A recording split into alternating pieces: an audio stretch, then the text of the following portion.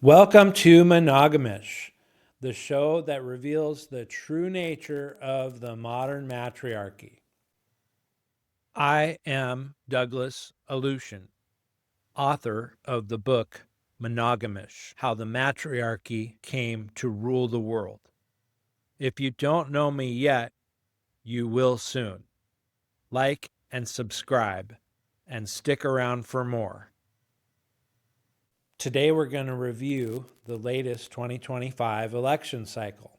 I've titled this video Revenge of the Left because I believe that the ongoing march of the left, in spite of right-wing mega comebacks, the left will continue to dominate and take more ground because of female voters.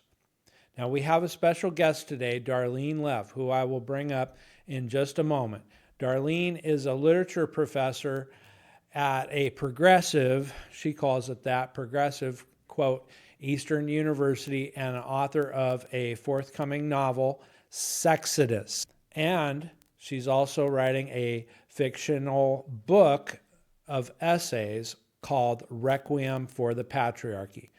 Darleen will come up in just a minute, but first let's review some key facts of the 2025 election, because what me and Darleen talk about is really less about the details and more about the underlying gendered psychology of the political landscape.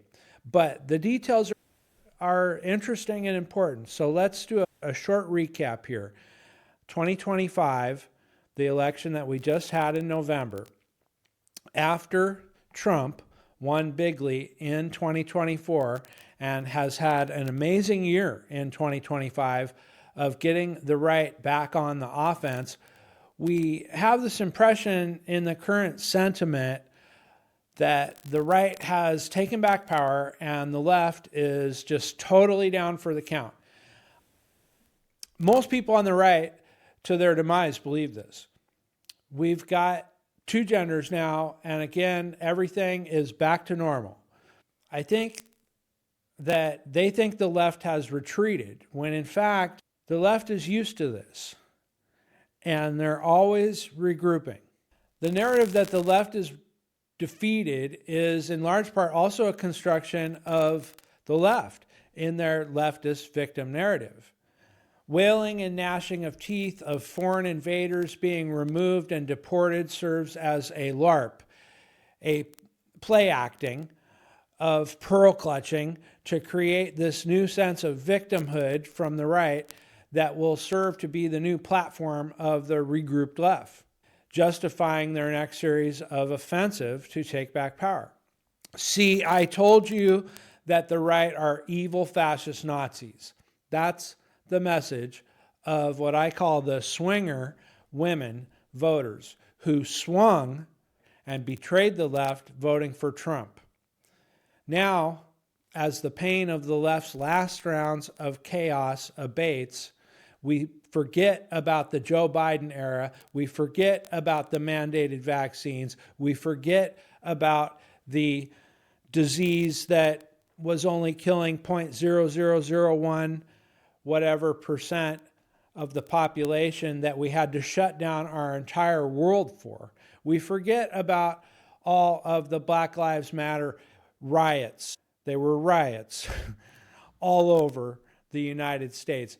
We forget about so many of the things that were distractions at the time, and the pain of their chaos has abated, and the new atrocities of the right begin to get pointed out. The sentiment can be moved to create this new emotional pity that women so much are prone to falling for. The point of the red hats, for example, in The Handmaid's Tale, this live action role play is to create a new visceral hatred and victim narrative pressed to remind the women of how they need and depend on the socialist government that Trump is dismantling. And this trick always works. Now bring in Zohran Mamdani and his girl boss transition team.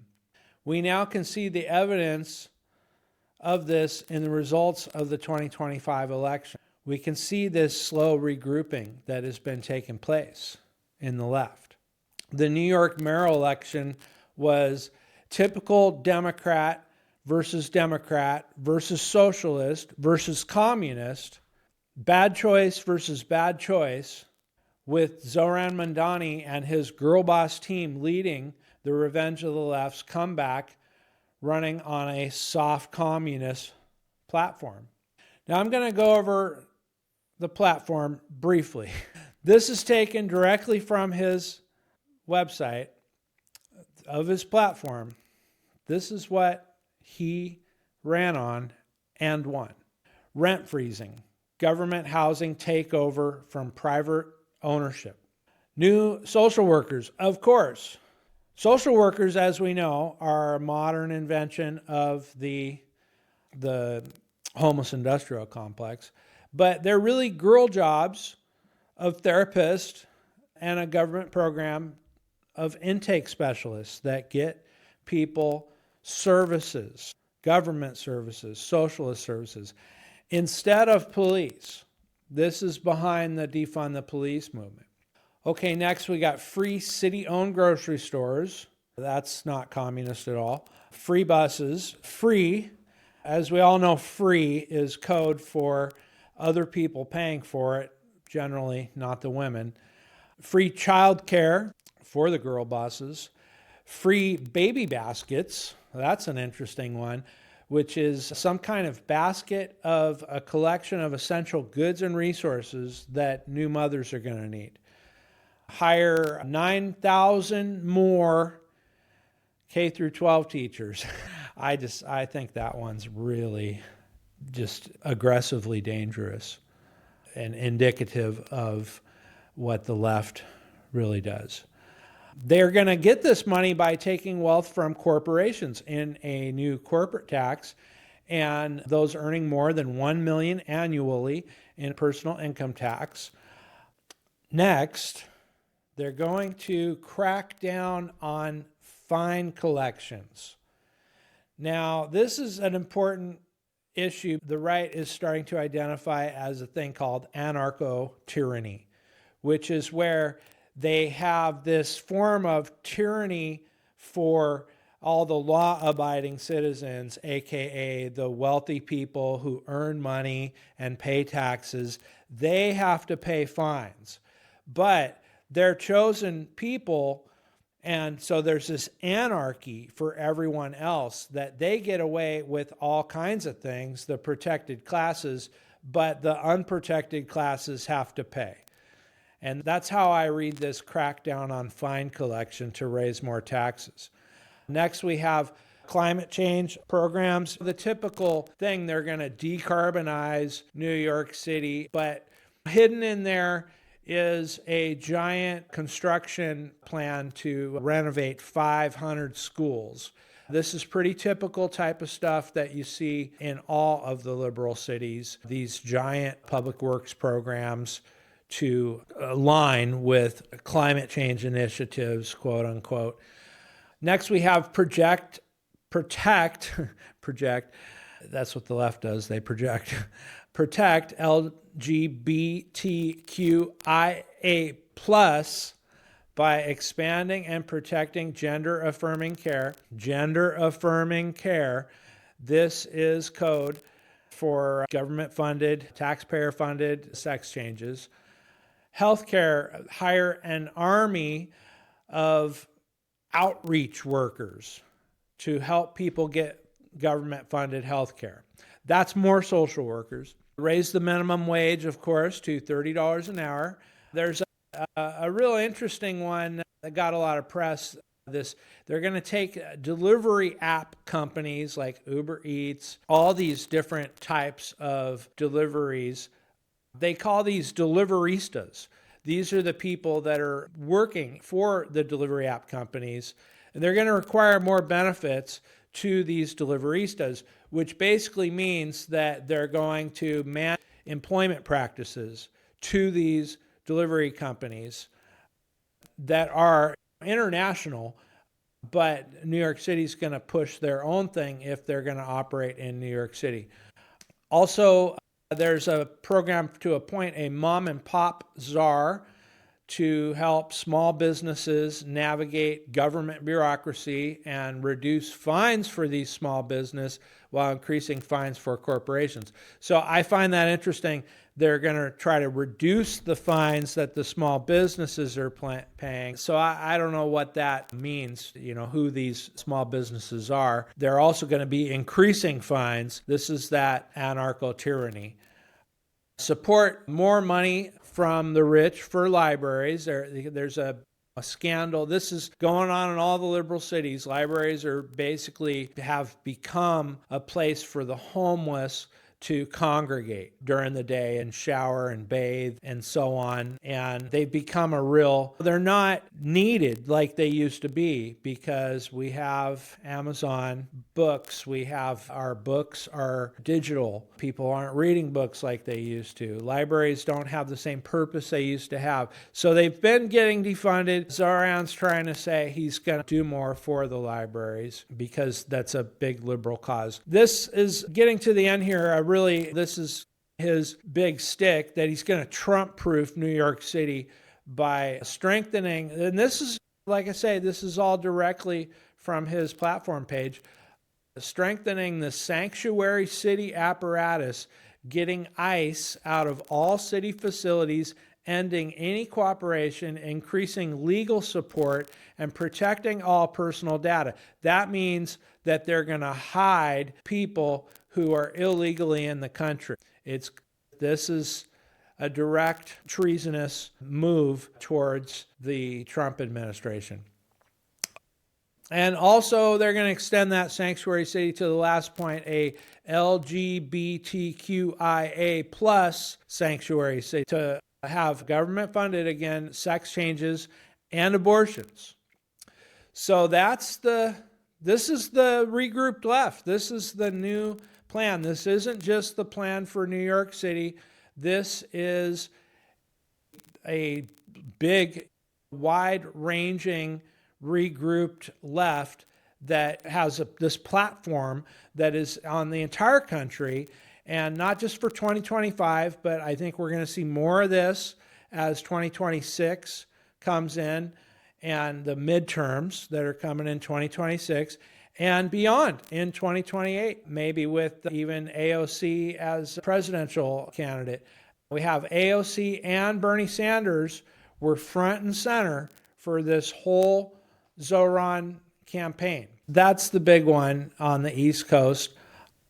And you can see from these bullet points that what this is all girl boss economy socialism. You can, if you just look at those bullet points and read into it, that's really who this is supporting. This isn't supporting the average American. This is supporting a very specific group of powerful Americans that I call now the girl boss economy. And you can see from this platform, it's also closely tied to the homeless industrial complex. That this leftism is always giving you more programs and benefits to help people, and then as a result, we always get more people that need help. And so leftism begets more leftism. It's like a cancer that infects the cells of our communities and metastasizes to the whole organism. You will see this platform as a central platform inherently taking over every community across the country. And it's not like there were not other options in the election with Mamdani or in the West Coast elections of the girl bosses. In the New York case, there was actually a very conservative guy, a pretty interesting guy, Curtis Sliwa, I'm not sure how to say his name, but he only won 7.1% of the vote. Yeah. And he was a founder in the 70s of this group called the Guardian Angels, which was like a Gotham City style Avengers, specializing in crime prevention, self-defense training, youth mentoring, and homeless outreach.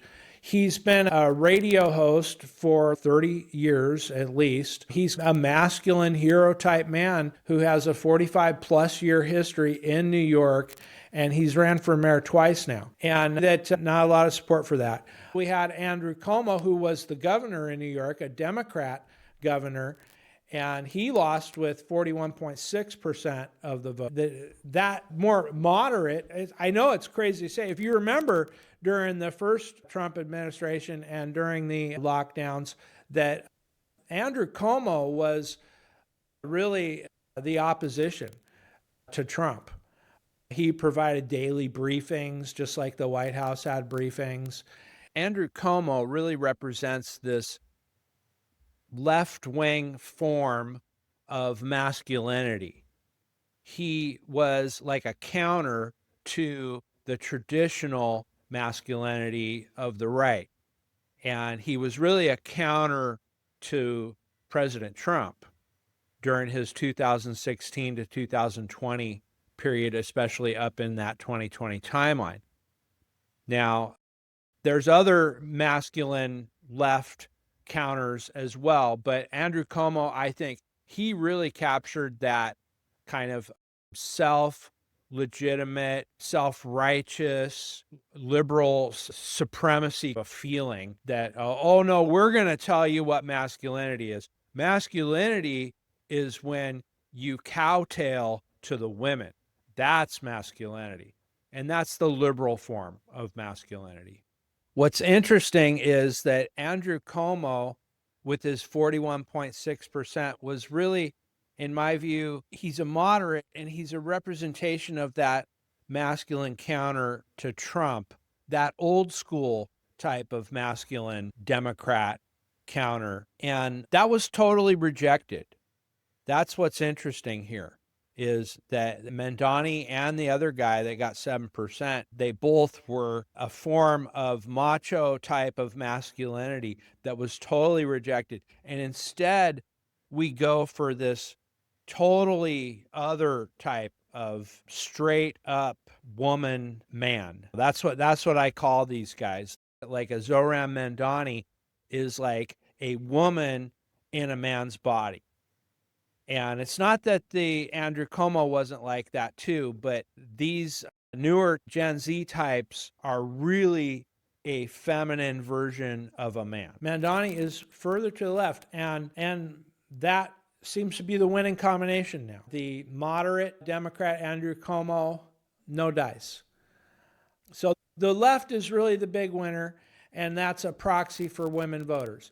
And this is true all over the country, on the West Coast as well. In the lesser cities, the mayoral elections have been characterized by the girl boss, mayor, homeless, industrial complex. This trend in girl boss mayors and city councils pushing the same general agendas that Mamdani pushing in New York City, it's a trend that's been taken over the whole country for the last 10 to 20 years.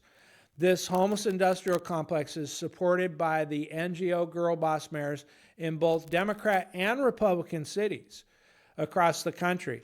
These big cities of the mid-country like Chicago, the West, the LA, San Francisco, Portland, Anchorage, Alaska, they have all taken on far-left girl boss mayors. And they're just medium-sized cities, big cities, all over the country. Some of these girl boss mayors come in the form of a more conservative, maybe even a Republican, but they are girl boss mayors nonetheless, and they are pushing the girl boss economy, the socialism, the homeless industrial complex across the West. Now, Seattle is another notable entry here in the 2025, and that's why Darleen and me make a great combination with Seattle and New York both being represented. The Seattle mayor has, the incumbent is a guy, but he's really a far left guy. And he appeared to be winning on the first night, but as the votes have been continuing to be counted, they have flipped to this Katie Wilson is her name. And she's a real lefty girl boss for sure. Exactly.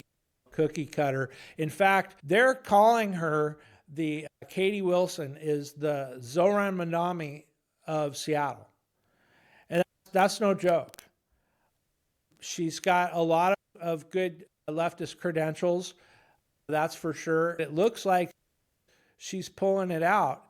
And I'm sure that Seattle will be happy to have another anti-Trump activist to be the mayor. So she is Katie Wilson is her name. She's a community organizer and activist considered to be a significant progressive challenge to the far left incumbent, a former columnist for PBS. Katie had led activist campaigns for expanded public transportation access, minimum wage increases, and tenant protections across the Seattle area. Does this sound familiar? Come on. This is the revenge of the left that always comes back. I've slowly begun to understand the genius of the term progressive that the lefts describe themselves with. What the right fails to see and address is that the left consistently wins over time and progressively takes on more and more territory in spite of backlashes by the right. And we're going to explain some more here coming up with Darleen, what we view as the sentiment, what is really happening under the covers of the American electorate. Now I'm going to bring up Darleen. This video that we recorded was cut in a few places, and we had some problems with our recording. So I spliced it in here in hopefully a smooth way so that you can get some interface between Darleen and I exchanging on some of these topics. I think you'll find it very thought-provoking, and please put comments in the chat if things raise questions for you and you want more information, because I do believe that Darleen and myself are presenting what is really the cutting edge of the, I guess we call it the red pill narrative on the current happenings in the country that we believe are driven by gender. So without further ado, here's Darleen Lev.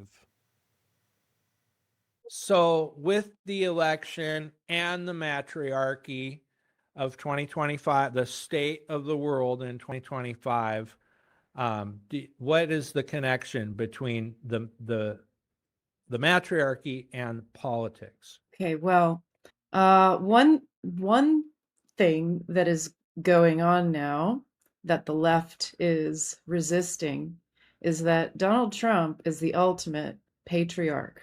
This man is patriarchal to the 10th power. And that's why he triggers them. Yes, so much. Exactly. And I wrote a piece alluding to this. It was seen through the lens of the mutiny on the Bounty. And I think there's something synonymous with that going on right now. And the problem is that there is patriarchal authoritarianism and there is matriarchal authoritarianism. And I much prefer patriarchal authoritarianism to matriarchal authoritarianism. Well, but what about democracy? Isn't everything supposed to be democracy? It's not authoritarianism, right? We're just... Well, there wasn't a democracy with matriarchal authoritarianism. That's the point. But they don't seem to realize that. So patriarchal authoritarianism is highly codified. There are laws. Okay, the laws have been carefully constructed. They are based on real life, what men know goes on in the outside world. And matriarchal authoritarianism is myopic and domestic. And it's also completely and murderous, tolerant of, ironically, reality. So any kind of law that men, so we can just take the illegal immigration as an example, and the women who are wailing over keeping these illegal immigrants in the country. Men have traditionally protected their countries or their regions from outsiders, and they had very cool reasons for doing that. This is what makes a country. Yes, and also, That's the whole essence of what a there are country limits is. in resources, and if you were the men and you had to go out and get those resources, of course you would protect your resources, right? But the women don't. They don't They have have to go no out and get the clue. resources. They have no Yeah, idea. they Yeah. have no They respect for what the men are doing out there no, to keep no. everything. Because the men have keeping everything running. They have never stopped keeping everything running. Mhm. And that's what I believe the right is. The modern, American right, in the entire history since the left really got going with FDR, has been that the right comes in to patch the system to keep it going. Mhm. And that's all they do. And they do that at the will of the women. The women swing to the right and they elect the right again. They approve of Trump, a large amount of them, enough that he wins the election. He patches the system, they get comfortable, and then they take back over again, which is why they call it the revenge of the left, right? They're not going anywhere, and we're not doing anything to dismantle them. You And, can't. and that's all that's happening, is that the men are just patching the system over And and all you over can and over. hope for in this situation is that there are women, and I happen to know there are some, who can see outside of their emotions, who can Right. And comprehend outside of themselves, but the other ones are just completely helpless cases. exactly. And this is the thing that confuses me. And I had a question that I actually wrote down for you, that what is the difference about women who are not under these delusions? What's the difference between a woman who is like you were in that progressive camp, Yeah. and then you somehow become logical, and it's not age, right? Because most of them are, the older that these women get, the more they go for the state. I actually What's the difference in I these was always women? kind of logical. And I also kind of never really fell into girl groups or anything like that. And most of what I read as a kid was male. So you were a sleeper cell. So, you I was always you very sympathetic to men and was reading about adventures and what the world was really like. I mean, I read a lot of girls' books too, but I don't, I would say that in a lot of ways I didn't really identify as a girl. So, and I didn't identify with them. And, just in my immediate little childhood world, the girls that lived next to me and across the street from me were little bitches, crazy, irrational creatures who would send me screaming into my house. Like, what is wrong with them? So, I would say that the girls or the women who can see past this and who aren't playing along are those kinds of girls, because females are very exclusive. yeah, don't they They don't switch they don't though? work in teams like men do. I mean, this is the difference also. Men have, throughout all time, had to work in teams with people they didn't like. I know they always talk about the women in the cave and they're communal and all that, but the men are the ones who work together throughout history. Women are taking each other out. Yeah. This is what, when you study the, what do they call it, the intrasexual dynamics. There's intersexual dynamics are between men and women, right? But intrasexual dynamics are between um, men and women. And the women hate each other. Let me let me let me give you an example though. I mean, I think also women just there are certain kinds of women who cannot handle hearing about this is a pattern recognition. So here's an example. Back when feminism was really, ramping up, I was in about 6th grade. And this is the only time I hung, well, no, it's not the only time, but I think this is really my first time belonging to the cool girl group. And there was a hot pants outfit at Kmart that everybody wanted. Which one It was was it? you'd be too young to know. It was a I it probably was am, a yeah. orange sherbet colored thing, and with these little Sherbet shorts, and then there was a jacket that went over it with short sleeves and the panel open to show your little shorts. And of the yeah, and I jacket. was what? How old are you in 6th grade? Like 11 years old?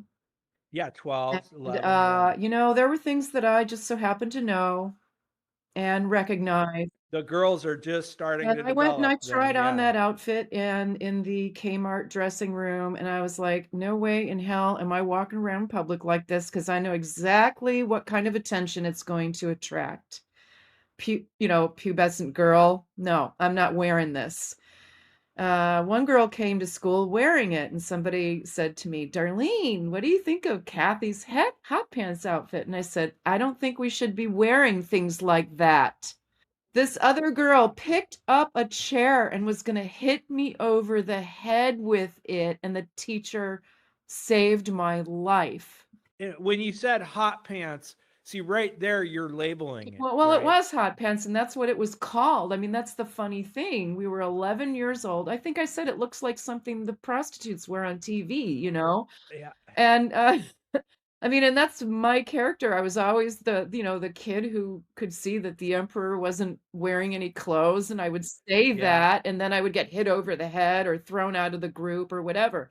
But this is something repeatedly throughout my life that I've experienced with women where I'll just say what the reality is, and they're like, oh, and then I think, how on earth can you possibly conceive of yourself as someone qualified to run the world if you can't handle hearing, you know, a fact?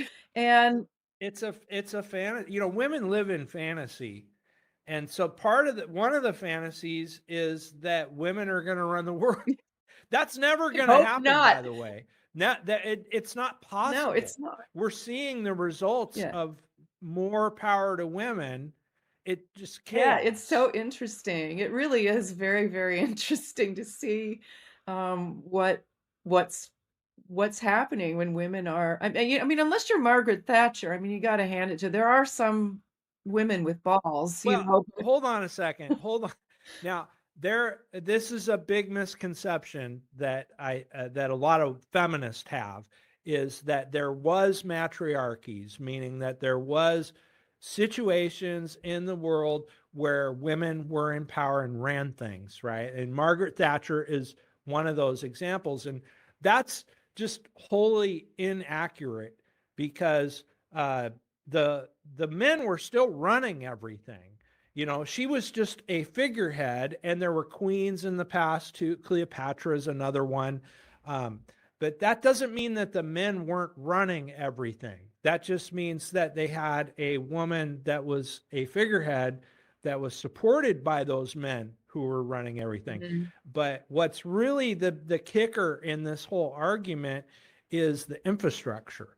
When you look at the underlying infrastructure of the world, who runs, who builds, invents, makes that, Yeah, and who is the brains behind these, successful political enterprises, the brains behind everything. When you get to that higher level of, peak intelligence, it's always yeah. men.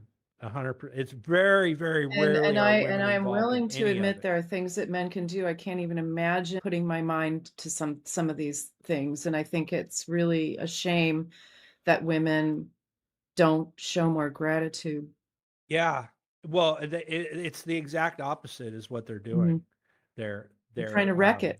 it's Schrodinger's cat. They have to be victim and oppressed at the same time. And so and this is why I believe the right, the modern right, that is, Trump and MAGA and all the right that came before him, they are part and parcel of the left. They work together. You have to have this the right's got to, keep everything running, but then also they have to be the scapegoat. And so then, because of the oppression, that's why we never have had true equality. Like the feminists don't want equality at all. They want oppression.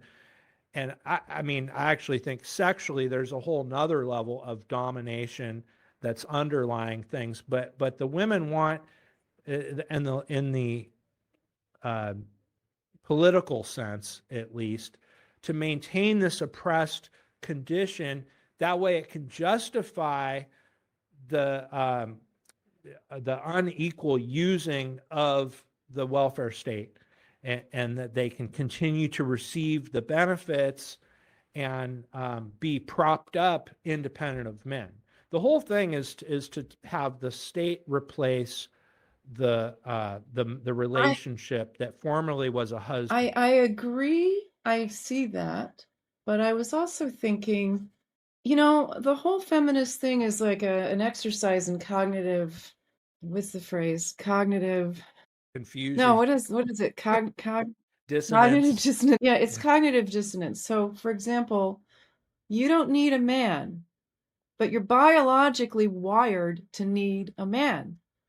And so you're running around claiming that you don't need a man. Well, you're But being supported by now this you want the giant state structure. to I don't think that they realize that that's what they're doing. The women No, will no. always want to be taken care of, even when they're delusionally insisting that they don't want to be taken care of.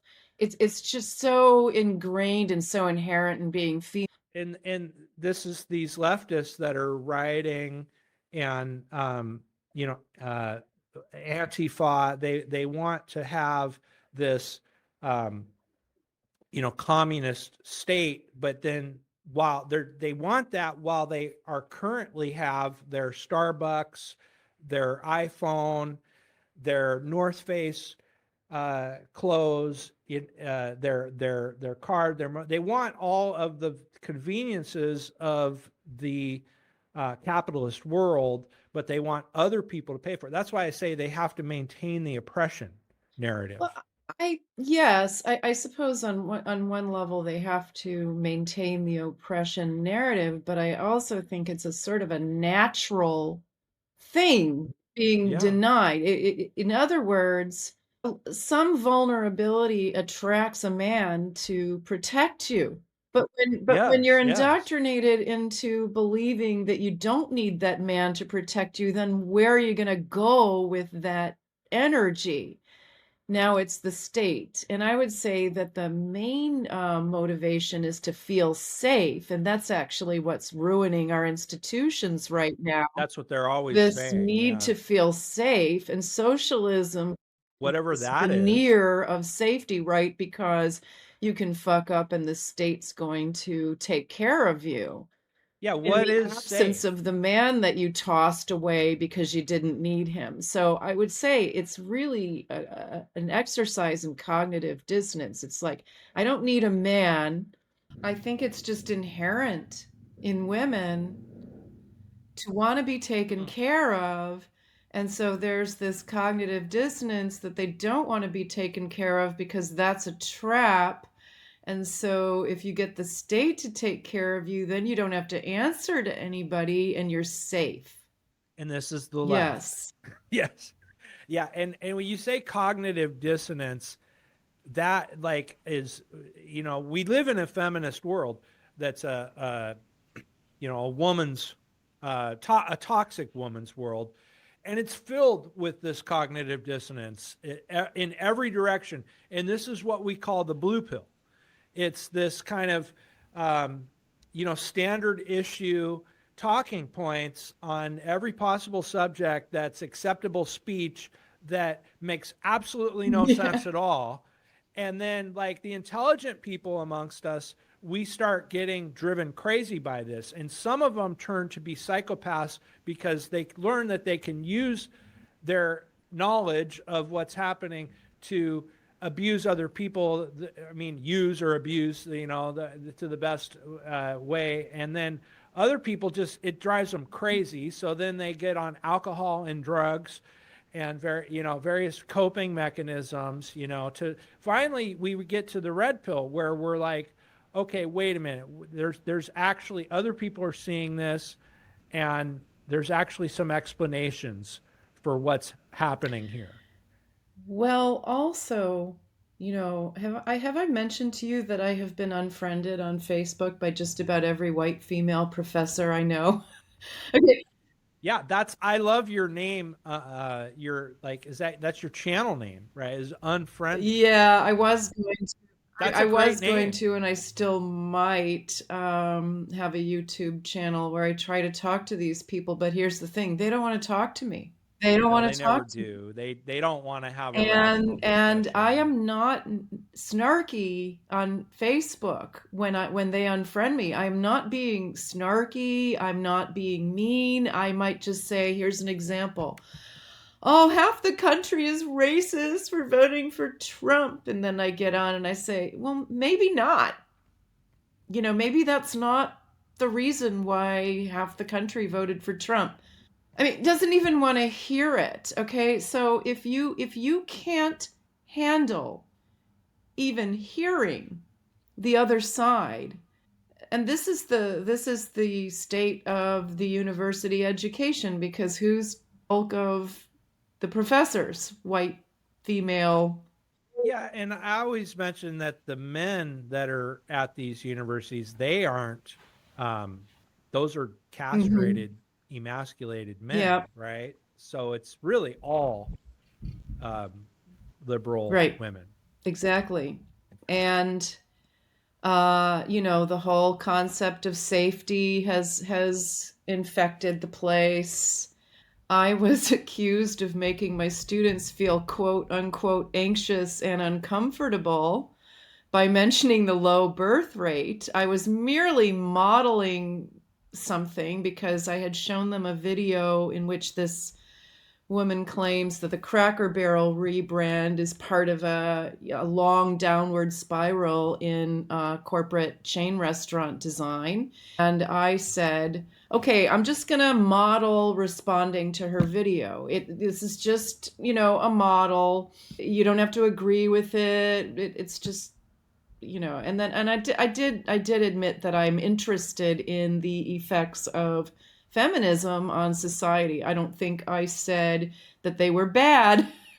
I just said that there have been effects, and argued that perhaps this aesthetic decline is due to a more adult centered culture, whereas in the mid 20th century, when I was growing up, it was family and child centered. And so the McDonald's had trees with faces and hamburger seats, and leaves were painted on the ceiling, and everything was Playgrounds. colorful and bright. And now everything is mechanized and sterile. And I said, and it's probably the case that the designers are also childless. People aren't having children like they used to. I said, most of the people I've worked with in my life are childless, and so they're not designing necessarily for families and children. And then I said, and then we have a low birth rate. That's an effect of feminism, and that would also affect the design. Yeah, what you bring up is really key. I think there's a fairly uh, well understood knowledge that there's two worlds. There's a masculine world and a feminine world. Um, Helen Andrews, I think, is her name. She rightfully points out that this is the feminine world that's just dominating things. But you bring up a point that is, I think, another big aspect is that it's the childless feminine world that's dominating things. It's not just the feminine world. These are Hmm. childless feminine women that are running all these institutions. That's how they're able to do it, is because they don't have the children to take care of. And I also want to point out that I forgot to mention this at the beginning. Um, I think it's really interesting. You are in New York, and I am in Seattle, which is the most childless city Oh, it in the is even country. more than New York? Yes, Really? yes, yes. We have more dogs. Oh, your son? Yeah, it's a real Wow. statistic, and the church. It's the least church area, one of the higher, not the highest. I think New York might be higher for like educations, right? But it's really high for education, and no children, and no church, and dogs. Wow. It's just crazy. But I really like this contrast between you being on in the New York area, East Coast, and then me being over in Seattle, West Coast area. It's these are the two population centers that really run Uh-huh. everything. And Um, call the that middle of is the country deplorables. Those people with families, kids. the ones Yeah, that remain. the well, in the middle I of the country, right? Because in some of the pieces that I wrote, I got a lot of comments that they don't know anything about this world. How do you know all these people living in these bizarre, outside of see New York is really siloed because people in New York think it's the center of the world, and it kind of is to a certain extent, right? But when you're over here on the West Coast, even if you're in the city, a lot people understand that there's big rural areas, the West, like we do travel, like that's all the childless, um, dog owning, tattooed women. They're living their best life is going to Burning Man, Mhm. right? Which is burning the Yeah. men, right? Like There's one in my novel. I got a whole There's thing one on in my that. novel. Yes, yes, yes, yes. Have you seen The Wicker Man by any chance? Yeah. Yeah, that was yeah, I remember that was a movie with Well, Nicolas there was Cage. the earlier one from the 70s is really good. Yeah. Oh, really? I'll have to check that out. That's Yeah. something probably I was too young to. I have to.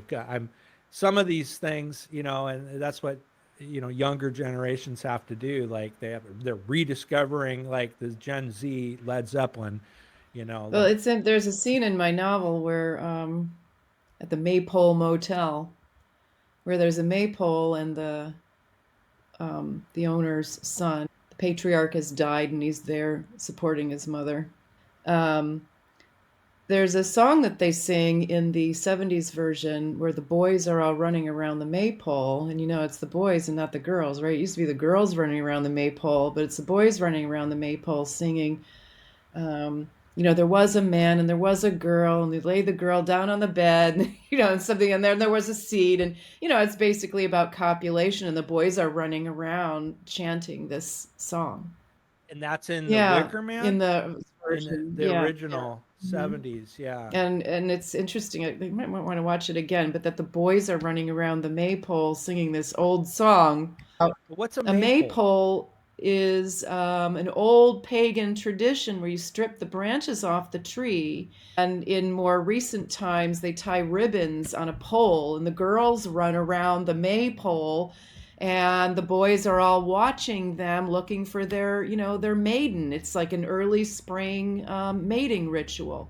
And in this film, it's Really? the boys who are running around the maypole because um, they're on this isolated island where traditions have been lost or messed up, and this man shows up from the mainland, and then they end up burning him. So what's going on? He That shows up. that's in He shows up Sexodus. in the. He shows up in the. In this island, and he's like, "Whoa, you guys have it all wrong," and then they burn him, and I wound up putting that something, allusion to that in the novel. Yeah. Ah, Yeah, because in my novel, the two the two of them, the two characters are middle aged and marginalized. She doesn't have any children. and who are the two Well, characters? the protagonist is a 53-year-old childless woman who is now realizing that she has no legacy and that she's wasted her life and in really, teaching that isn't really a career, it's just a job, and it's going nowhere. And she's going to be spending Thanksgiving alone. And and her Again, friend bows out of dinner early because she's got kids to make cookies and pies with, and then the protagonist goes home, and they're pulling the old lady who lived alone upstairs out in a body bag. So there's various, rather alarming um, signs. And then she gets on Facebook and runs into this guy who had sort of raped her 20 years ago in grad school. But, it's one of those hazy things, like they were drunk. was part of She'd her invited victim him narrative. into her apartment, and she still has this clinging to some old school idea that maybe she's just as much at fault as he is. And the reason why she'd said no is because she realized at the last minute he wasn't really attractive enough. And so she decides to go out there, and then he's got this ridiculous feminist rant on his Facebook page, and she decides to. About No, her or what? he has this painting of a nude woman down on all fours with her ass in the air, and he's claiming it's a feminist painting, and he writes this um, polemic, all full of the feminist. Like you said, none of it makes any sense. Like, this is a woman in a position of power, and it's not. It's vulgar and it's humiliating, and he's written all this stuff, and of course it gets her hackles up, and she, in the heat of the moment, buys a ticket out to South Bend to confront him. And then when she's spying on him in his apartment, it turns out he has absolutely nothing, no furniture, nothing, not even a painting on the wall, but he's really good looking. But he wasn't He attractive enough wasn't in those before. days. He was overweight, but now he's lost. And He's so now lost everything, and he's kind of he's hot. remade Yeah, himself. yeah, and it's like, whoa, she changes her mind again. And this is the And then theme yeah, and then they with and then some relationships, yeah, and then changing the something mind. happens, and they end up trekking across the Rust Belt together through all of these abandoned buildings that are vestiges and symbols of the 20th century that was thrown away.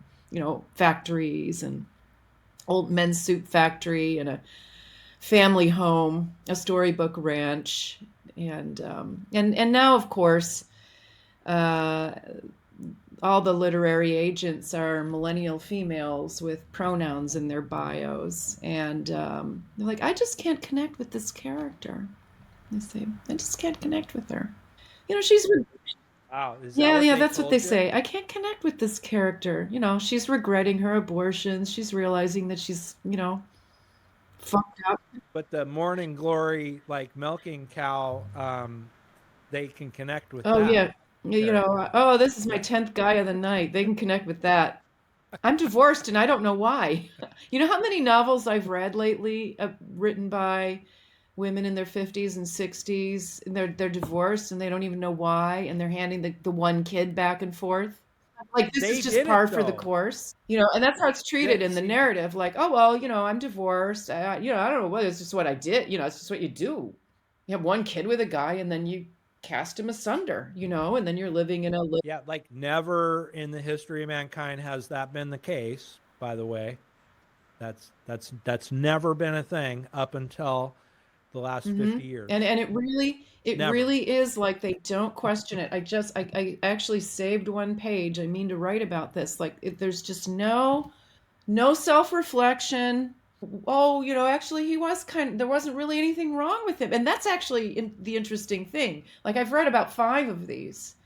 They still like the Yeah, guy. you search for that part, right? Like that that I think is really key to hone in on is that there actually wasn't really anything wrong with him.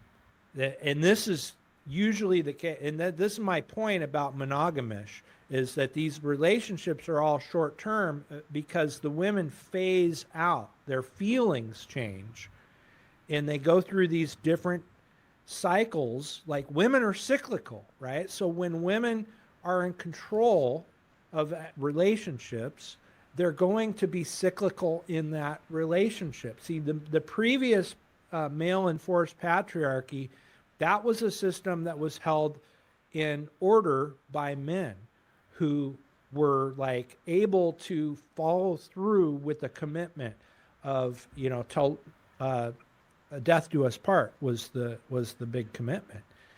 And that all got thrown out because women got power.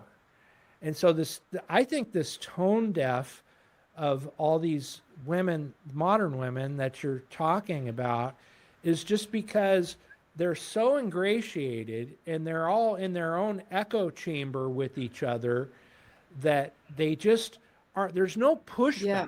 Well, you're not on allowed them. to. And they're not being Right. challenged Remember the hot pants on story? any You're of not these allowed to things. push back. But the other thing is, now they're only having one kid. So what I think is happening is where they would have had another kid and another kid and another kid, that emptiness that would have been filled with a child becomes looking for it must be time to look for another man. Because she would have had, Yeah, well, and the husband isn't filling them. but it would have been Does that children that were filling them, and they would have had one it would have after been a another, husband and they and would have been children. busy with that. And the more kids you have, the less likely you are to go looking elsewhere, right? Because you also have all these kids that you have to take care of. So now, I would say that it really does all come down to being able to control how many or how few kids you're having. And That's why the abortion issue is the central issue for and the the left. pill, and Yeah. and also Yeah, and the having as handmaids. few children as possible. So she has one kid, and then she starts to feel that emptiness again. Kids about 3 or 4 years old, and in all these novels, also kids like about 8 years old, right?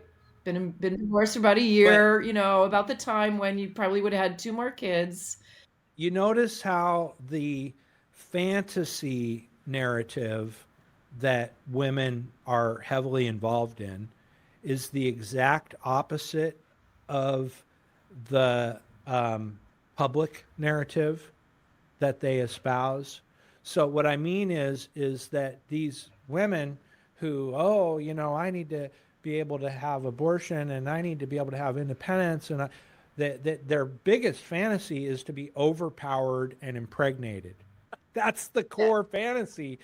And they kind of subtly like show it with this handmaid's outfit that Well, they're wearing well, around.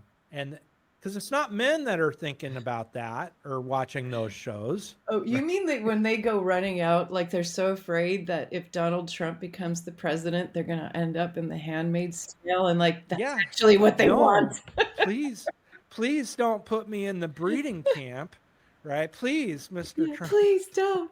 Yeah. Well, and this is a key part in my book and in my life, really understanding is I was like in my late teens, in the late 80s, and I came across this book called My Secret Garden, by Nancy Friday.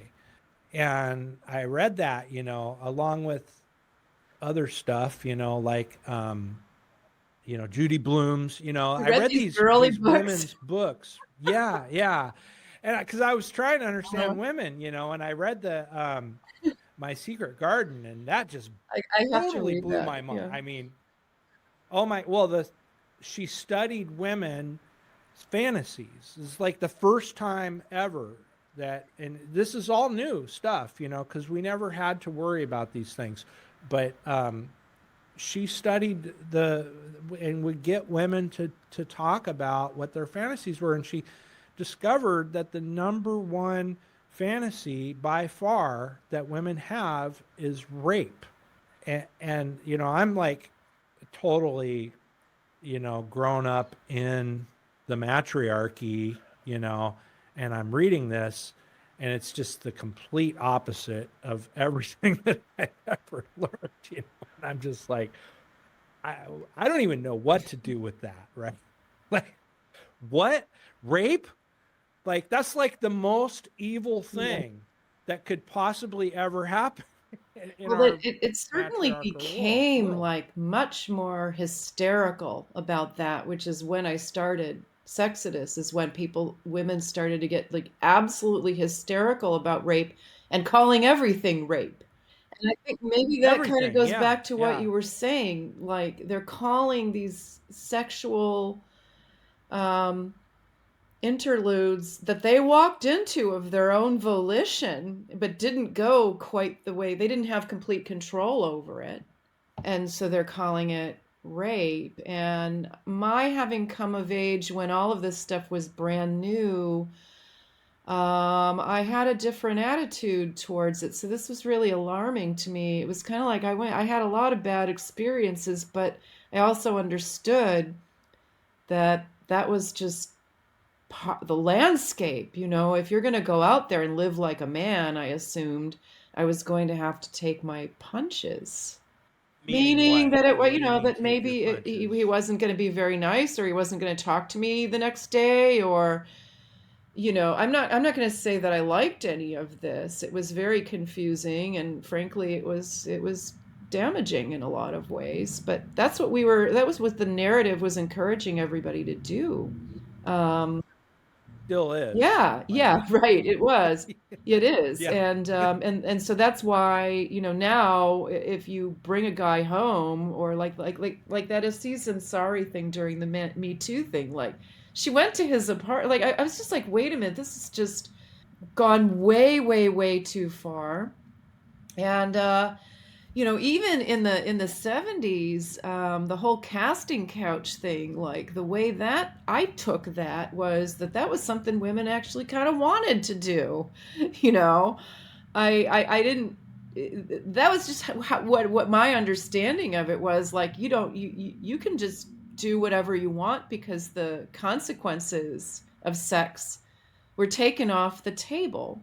And And using sex and seduction to get what you want yeah, from men is an innate thing that women right. possess. That's their special talent, and they don't want to be told that. They don't want to be told that their special talent is sex, right? Because that's degrading somehow, even though like it's one of the most important things in the world, between human beings. But somehow, this is this women want to be men thing, and they don't want to be seen as sexual objects. Meanwhile, they're lusting to be seen as sexual objects. Yeah, meanwhile they're walking around with their skirts, all the way up to here, and They're their hot shirts all the pants. way down to here. And that's the other thing that is really just so cognitively dissonant.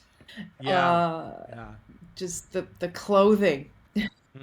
Yeah, I noted that when I I have a really distinct experience when I was a child.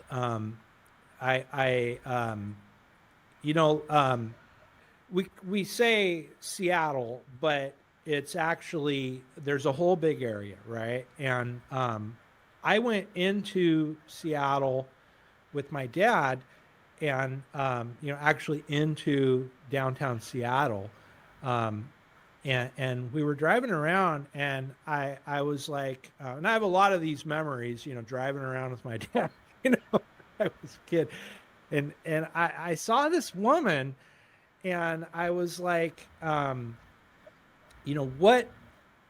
what is that? Like, why is she What dressed was like she that? what was she It's, wearing? well, apparently she was a hooker, and they laughed at me and they said, "Well, for $20, she'll tell you anything you want, kid." So I learned what a hooker was, right? And I okay, so there's these certain kind of women that are in downtown, and they wear that clothes on the street, right? And then later, as I got older, I would see the same. I would go to like bars, right, and like real high end, like high quality bars in Kirkland. If you ever heard of Kirkland, like is Costco's brand, right? But Kirkland is a really nice area, and you see these women wearing the same thing that I saw when I was a kid, of the what a hooker was, right? And I'm like, the cognitive dissonance, I'm like, well, what is this? These aren't hookers, but they dress like hookers, but you can't say that. Yeah, And as a man, you're just trying to understand what the as a hell's woman, happening. I'm trying to understand it. This is something I'm going to write about in Requiem for the Patriarchy. Like, why and how is it that in the matriarchal feminist landscape, suddenly, like, the fashions just shifted overnight into dressing like a prostitute? Like, I mean, like this at Kmart was for preteen girls. Well, because that's at the center of this whole behavior. The male enforced Yeah, and they monogamy must have is, enforced modesty, yeah, yeah. Well, you right? have to. And then the prostitutes were separate. There was like two different classes, um, where you had, you know, I don't know what they called it, like if you watch movies of the Old West, you have like the prostitutes in the brothels and the bars and stuff, and then you have like the richer guys in the town. They will have like a kept woman, and she's like she's a lady, right? And she wears long dresses, and she's a distinct different Hmm. class of woman than the prostitutes. And what we've done is we've gotten rid of that class essentially of ladies, and we've turned all women into this prostitute class in the modern world, I believe. And one of the guys that I like to listen to, who's also in the Red Pill, is Greg Adams, and he calls it the monetized female dating market. That's it. Like he actually says, like this is what women are today, is monetized, and they're selling sex in a thousand different forms, and so they're all really prostitutes. And that, from a red pill man's point of view, that really is the case, because you don't own your woman Yeah. anymore. Like, so the old system, you owned your woman. She was not property of the state. She was your property along with your children. And we've gotten rid of that. Now everybody's independent, including the women. And the women are, what do they do with their independence? Well, Now that they're, I actually I got into a kerfuffle over the whole property issue on a Substack where I comment every day, little community there.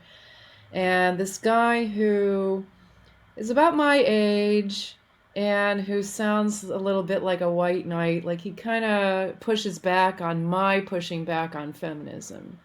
And he said, well, that's women what we were call a simp. considered Yeah. property, and this is such a terrible thing. And I said, I don't think that it meant like property. Like, and actually, I can think your horse was your property, and you might have loved your horse more than you loved your wife, you know. Um, your Or your house, car. your Yeah. car, it doesn't mean like your property per se, but it meant that you were responsible for taking care of your wife and your children. So I don't see the word property in a literal sense. And also, when I think about, say, my own family history, mostly 99% very responsible men who took care of their wives. My great grandfather ran off and left my great grandfather ran off and left my great great grandmother with like 8 kids. And guess where he went? Seattle. They're all and here. Yeah, and that's my ancestors. we might be related. Who knows? Yeah. But if you think about it, that also, I'm wondering if this is also like a mainly American problem, because this was a relatively new country. I mean, she had just arrived from Norway, and there were, Yeah, we're all Norwegian here is a There big weren't thing. the Yeah. ties and the community that kind of kept everybody in check, so you could do something like that. You could leave your wife because there wasn't necessarily Hmm. this other sort of community surrounding people, and we're even worse off today in that regard. So yeah, you just sort of get into relationships and cast them asunder because you're not part of anything larger than yourselves. Well, and America really is the beginning of the Industrial Revolution. And so I don't just date feminism to 1960. I believe that the technology that was the precedent of feminism started in the late 1600s, printing press, Oh, you think 1700s. that early? Yeah, oh, absolutely. Because here's the main Modernity. reason why. Yeah. Because the printing press and the labor, what I call the labor saving machines, these were the first wave of technology. They freed up a class of women from work, from labor, the higher classes. And so then this introduces Shakespeare and the Romeo and Juliet argument of do we follow tradition and get married because it's arranged by our families, or what about love, right? And so this introduction of romance was the first big phase of feminism in my That's understanding. interesting. Yeah. Yeah, because that switches the whole thing from a a male-driven um, order scenario where we arrange things based on who's the most compatible and the family structure compatibility versus this love, which is female driven, Mhm. and that's where it goes Yeah. off the rails Yeah. essentially. It's the love portion, and that's what brings us fully over to today, where it's all based on how you Mhm. feel. Mhm. Absolutely. Absolutely. Yeah, and that kind of resistance to authority and order, right? It's a different kind of authoritarianism, ironically enough. So this revolution of the I don't really call it the women, but the girl bosses, or a lot of people have called it the managerial class, the managerial revolution. I'm sure you've heard Mhm. of that. Um, but this is really the revenge of the left, right? That we're seeing, to tie it back in with this election that we just had in 2025, post Trump being in office. We're starting to see the reformation of this power structure, of these girl bosses, really. I Because my thing is, where are they going to go? They're like, there's there's not a lot of ability for these independent women who have used up their fertility, and don't have eggs anymore, and they've really damaged themselves emotionally through all of these um, misconnected relationships, that a lot of them that were discarded, that where the man really was a good man, and then gone the career independent path. How do you can't really like make that system compatible with the patriarchal world. Like, the two are completely Mhm. incompatible. And so those people, and there's a lot of them, the women population is larger than the male population. Um, that's one part of it, but I look at it as that the we have the women, and you have the simps. These are the lower level men, um, and they both work together. And that is the left, is the women and the simps, and then you have the alphas, and then the few trad women that are with the alphas on the right. And that's a smaller group, much more powerful group, but a much smaller group. And so this idea that we're going to just have a total, like, I think the mega right wing people live in a bubble also to a certain extent. And they think that we're going to just, take it back over and everybody's going to start following the Bible again and going to our feminist church. And the left is defeated. They're stupid. This is the kind of narrative that they have. They're so stupid. I hear this all the time from my right wing friends. They are right? kind of. They're just They so are stupid, kind of. and they're impotent, and they just can't do anything. So we're just going to take back power again. And I just don't think that's true, because I think that there's a lot of people that they can't come over to the right side. They can't make that move that you've made to a certain extent, but they really can't. They can't support themselves. They need this feminist system, this matriarchal system, in order to exist and have their dogs and have their tattoos. And there's just nowhere for them to go other than to hate the right. Well, and to reestablish I've got to power. tell you, first of all, when you're talking about the election, all I can see is hot girls for Zohran. And they're all like 30-year-old That's trying females. to sell it to the and the deep state knew what they were doing when they puppeted that guy, because he's good looking, dark skin. He gets the dark skin, I'm not racist vote. They absolutely conjured him up out of thin air. This is obviously not an organic candidate by any stretch. Well, and AOC is Yeah, right yeah, out there and with her, and full but figure and red yeah, dress. and she is so dumb, and also the chirpy chipmunk voice. I don't know how anyone can take her seriously, but the problem is, and I don't know if you read that piece that I posted yesterday about my union. I read a little bit of it, yeah, All but I right. didn't Well, finish it. okay. First of all, I was too busy. I'm sitting in rooms with people who just imbibe left media and have out and left media always leaves out that salient bit of evidence that would turn the whole story on its head.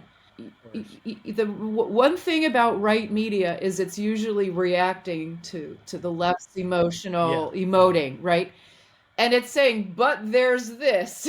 And I know a lot of people who are That's like true. me who admit they were only reading, because I'm in this group, I'm in the managerial class, so I read the New York Times and I read this and I read this. And so they're just reading it and then they're walking around, repeating this stuff. And when I started writing SEXODUS, I don't know, something started happening to me and I was like going, wait a minute. And I started looking at right-wing media and I went, oh my God. Oh, Because that's the this right wing detail media really says matters. See, at least I'm in.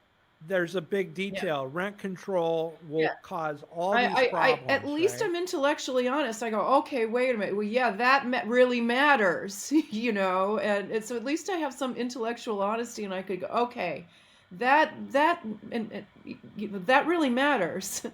So, and every single story that they've cried about, there was always something missing from the story, and then I would try to tell them what was missing, and then they would cut me off. So, my union, and I was for a while very closely connected to the person who's now the president of the union. Which is like a teachers union? It's the UAW, but it's the union for the university. And this woman is a real climber. And when we first started talking, we work in the same department. When we first started talking, she said to me without blinking that men and women, there's no difference between men and women. And I remember, this was like about 10 years ago, and I remember kind of feeling that twinge, like, oh, I'm not supposed to argue with that because then I'm going to look like a jerk. But That's the Right, but foundation. and everything that was but I did actually. There were many times when we hung out in my backyard drinking, and I would say, that's all dogma. It's just dogma. It's all bullshit. And I didn't hold back. But anyway, she's the president of the union, and I'll give you another example.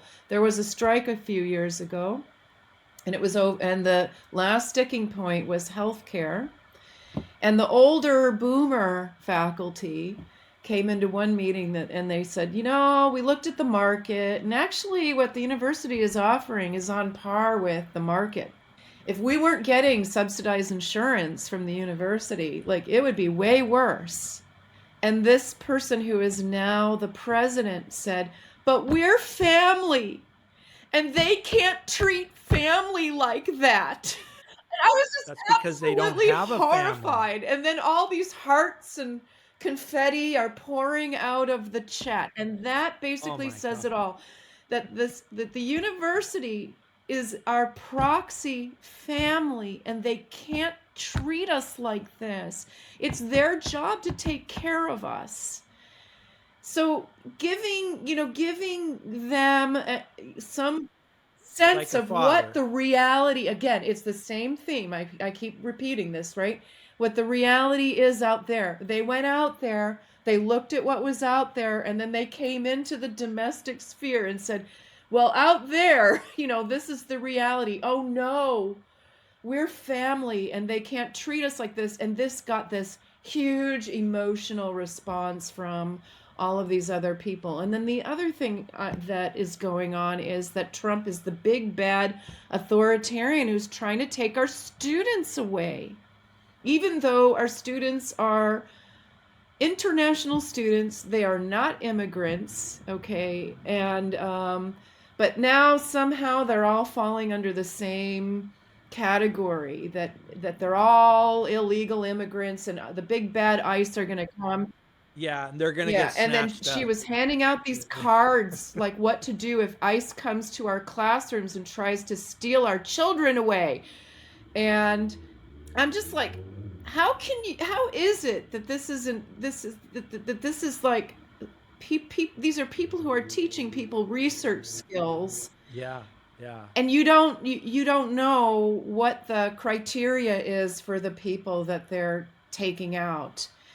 And yesterday they went to protest out in front of Mark Rowan's offices because he summarized Trump's compact with the universities, which is a proposal to stop admitting students based on race and admit them based on merit, stop hiring based on race and identity and hire based on merit, no more censoring conservative voices, no loyalty oaths, blah, blah, blah. All of these things that were Which are like par for draconian the policies. course All of 40 them. years ago.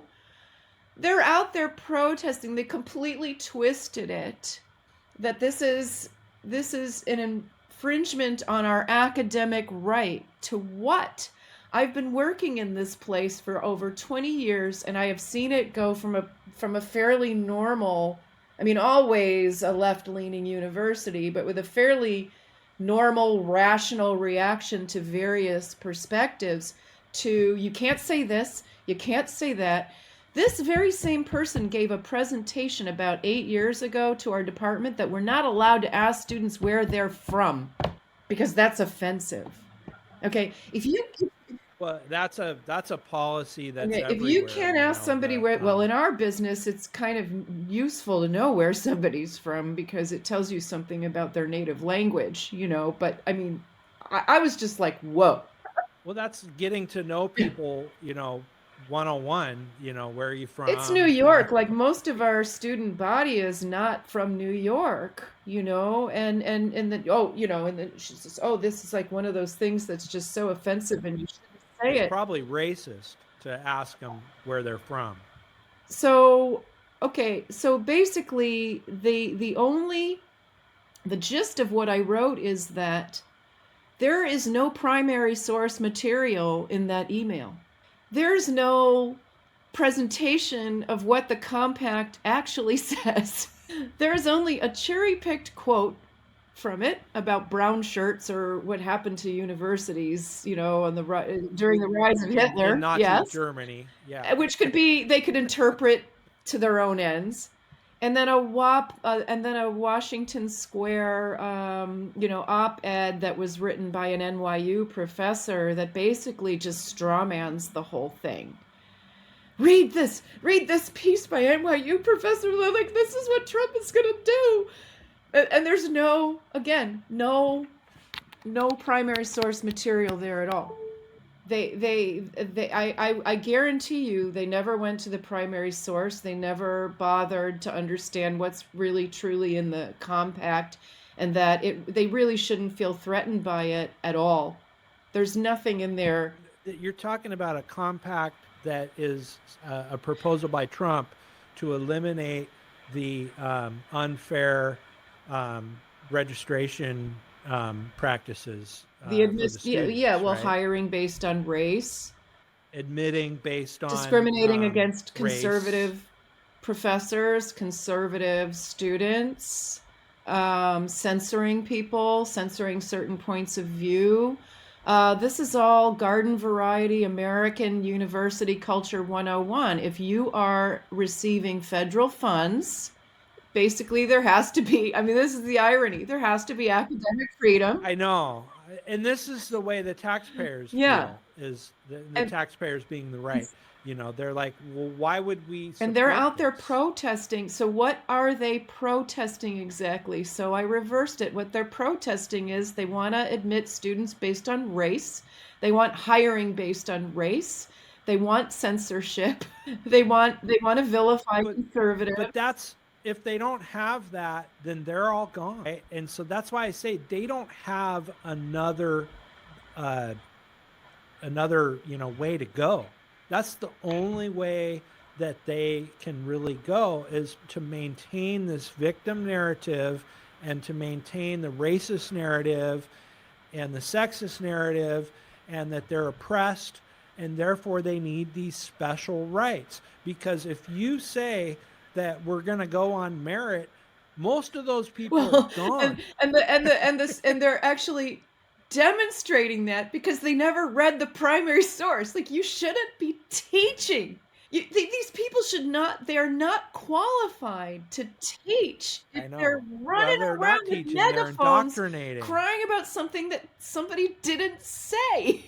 It's just... Yeah, and this teacher class is really at the heart of the left. I gotta say, I have some experience with the teacher class. One of my long-term relationships that was, probably one of the hottest women that I just really loved the most, was a master degree early childhood teacher in the local system here. And so I saw it up close, what was really driving this this whole modern it's a takeover. Because I remember, and you probably remember even more, when I was a kid, the teachers were all men. Like, there was a few women, but not a lot. And then the women took over the educational institutions first. That was one of their big areas of conquest as women started working more. They, you need to get an education. Well, what are you interested in? Taking care of children. Actually, in my grade school, it was mostly women, but the most popular teachers were the few men. And then, Yes, of course, as the grades accelerated, there were more male teachers. Yeah, I think you probably would hardly any male teachers anymore. Well, then they started with the he was looking at me, operation. And so the masculine teachers, and then also so what I saw, let me back up, with my girlfriend, was what we call now, this is a major, so teaching and psychology go hand in hand. And the, um, the principle of the modern psychology coming out of the 80s was what's called the self-esteem Mm-hmm. movement. This is the Oprah, this is really the rise of the women. And so the focus of the teaching went to this self-esteem, um, you know, like narcissism and supporting Mm-hmm. narcissism. Meanwhile, while the male teachers that would hit you are, they like, you can't do that anymore. The discipline goes away, self-esteem Oh, yeah. rises. Mhm. And this is the psychology and the real, nuts and bolts of what happened in the educational institution. At the same time, the school is becoming the parent, and the parents are being destroyed through the divorce system. And so there's no more father, it's a single mother. She's working, the school's raising the kids, and these women who would be mothers in the past are now the the mothers of the school Mm-hmm. system, Yeah, so to speak. right. And you know what you were saying about the corporal punishment in the schools? That's like the mutiny on the Bounty. There was a codified system of punishment. Insolence would get, That worked. 3 floggings, whatever, and it was highly ritualized and noted in the log. Yeah, they did that on Yeah, and of boats. Yeah, course, if you think about yeah. it, you've got 100 men on a boat in the middle of nowhere, you've gotta control these They people. would tie Yeah, them up to the mast and and whip them. now, I mean, basically, what I was thinking about when the director came to me with this ridiculous complaint was that now the children are the boss, right? Now, and you notice? Yes, oh, Yes, I'm yes, really a absolutely. Yeah. girl. Oh, yes, you are, because, and I wonder about that. What is it in women that they would cede their authority to their children? And I gave a few examples of that in my piece on the That's a key Bounty, like question. the the woman who lived upstairs from me years ago, like she was carrying her 8-year-old around, and I'm like, why are you doing that? So, why do these women so consistently abdicate authority to the child?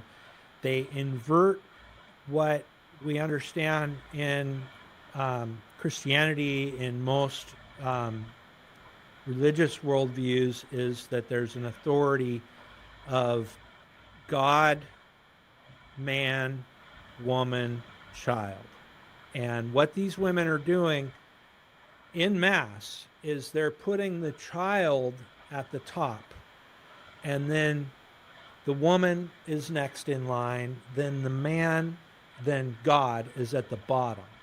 And I believe that there's, really two reasons I think that are driving this. One is that these women are like children, and so they see themselves in the children, and that this victim narrative of all and everything ever being their fault, they're always in a reactionary mode instead of a leadership role. And so they commiserate with the children, but then also on top of that, there's a deep psychological movement that's at the core of most modern psychology, is that everything is about your childhood, and that so they're really living in their childhood. And I've deeply studied this. um, they actually regress to, they have multiple parts of their personalities that are their inner children. This is just totally taken over now, and this is what's driving their trauma, is all from their childhood trauma. And so I believe this is the reason why the focus is on these children, Mhm. and it's just turned inward into this Right. Well, insanity. there's there. First of all, I would say also I don't really necessarily believe that men were completely in control. I would say that men were reacting to women. So you could say again, like the right is reacting to the left. The men were reacting to the Mhm. women. I want this. I need this. I mean, that's why the birth control pill was created, right? She's complaining. I'm sick. I've got 10 kids here. When's it going to end, right? So he comes up with a solution. She's nudging him along, When's right? it Things gonna have end? gotten progressively safer and more comfortable because that's what women need. And You notice how the left is always complaining on this like front line, like this is we just need to yeah, get and then this. We everything just need will to be get this. perfect, right? And everything will be great So then. they Yeah. want to provide this perfect childhood if they decide, choose to even allow the child to live, right? I mean, that's also the biggest hurdle for the kid is to just get onto planet Earth. Yeah, they don't actually want to have children But then when either. they have one, and this is a big problem, it becomes the center of their universe because that's how we're designed in the first place. But My kid is my yeah, life. This is on the dating profile. My kid is my life. yes, and then the kid My kid becomes, comes because first. you are wired to respond to the kid. But I would say that it was the males who usually tempered the excess. Yeah, And absolutely. you needed that hormonal balance, and with the male outside of the house, it just goes into overdrive, right? And also, they're only having one kid. Again, if you have 5 kids, you're not going to let them Only boss you child. We around, used to right? But call it only right, child if syndrome. you have one kid, then he becomes the little king, right? But if you have, You notice that word kind of went away, that whole only child yeah, yeah. word. Yeah, nobody says that And anymore because when that's I the was a norm. kid, it were the only children. There weren't many of them, but the only children were, a completely different breed, right? Yeah, exactly. And they were narcissistic. And that's the key point there is that they've figured out a long time ago that when you focus too much on one child, that spoils that child. Yeah, Then they become a little yeah. shit. And so, Now they're all little yeah, and shits. the perfect childhood is, it's ironically your mother helicoptering you, spoiling you, and turning you into a narcissist. They don't know what that is. Like they still haven't figured out what the perfect childhood is. They just know that it's out Well, there no, and the their perfect childhood childhood is wasn't one where it. you never feel upset, you never feel anxious, you're always comfortable. Well, and this is the thing about children is that they do need discipline and authority, and that when they have a, an authoritarian structure to operate in, that's where people thrive because then they know the boundaries and then they can work within that. But this, the children are the boss, everything inverted world just turns to total Hmm. insanity. This is where we have the epidemic of children who don't know what gender they Yeah, are now. yeah. And usually, not always, but usually it's the mother who's championing that. Well, the You mother's know the only one why? that Also, because, there's no father. yeah, or yeah, if he's been totally, That father is the multiple um, narcissist dudes that she was fucking well, a if you lot of have the a time. trans kid, also he's going to be dependent on you for the rest of your life. He will always need, Yeah, it's a yeah, that's Munchausen's, mhm.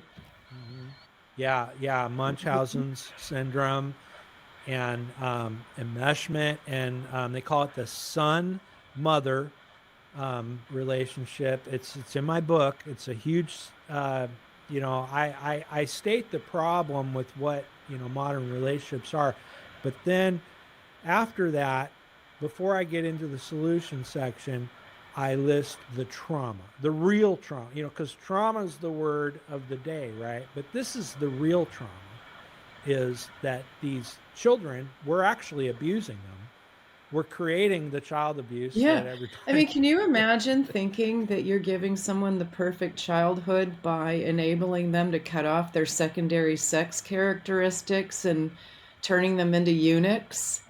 I mean, I can imagine what a crazy it's person just looks like, and because I see them all the time. beyond I mean, it's just beyond comprehension. But that was the other thing, they were out protesting. Yeah. So the other issue, the other injunction in the compact was no more of this forcing people to call a female a male, or not forcing people to do that or they lose their job. You can't make people do that.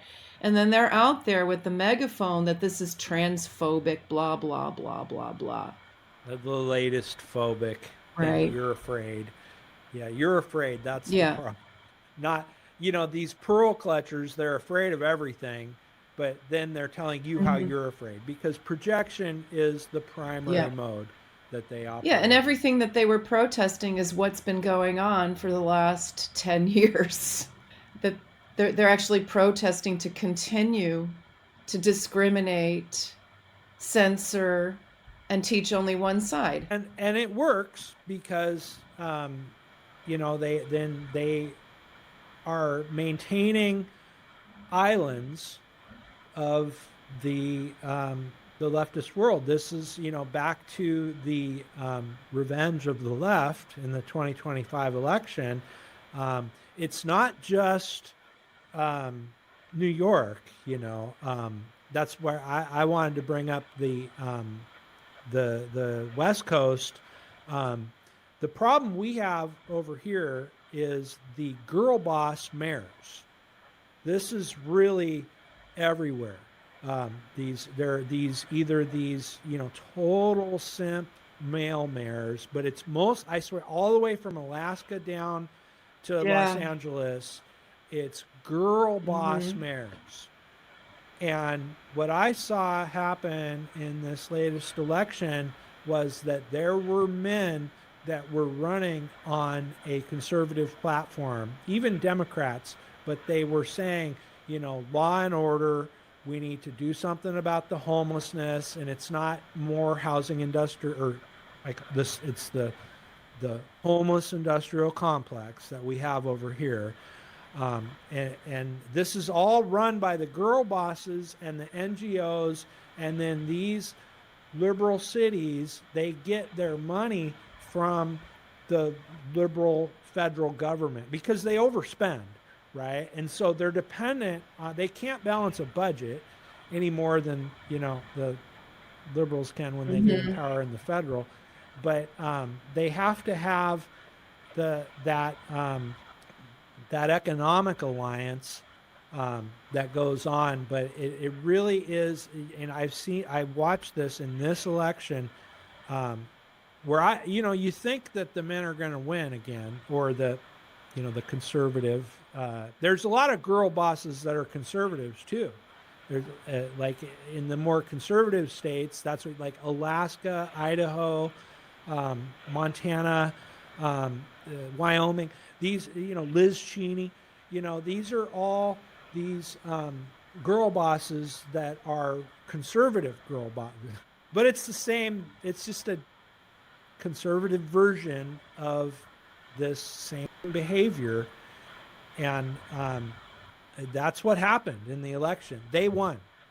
They all of these, where there was a more conservative man that we think, okay, well, the left is annihilated, we're getting rid. No, the more liberal woman won But they in all of these West But Coast they also elections. created, just like, I mean, and this is the problem. Like sometimes I think to myself, well, both sides twist things to some extent.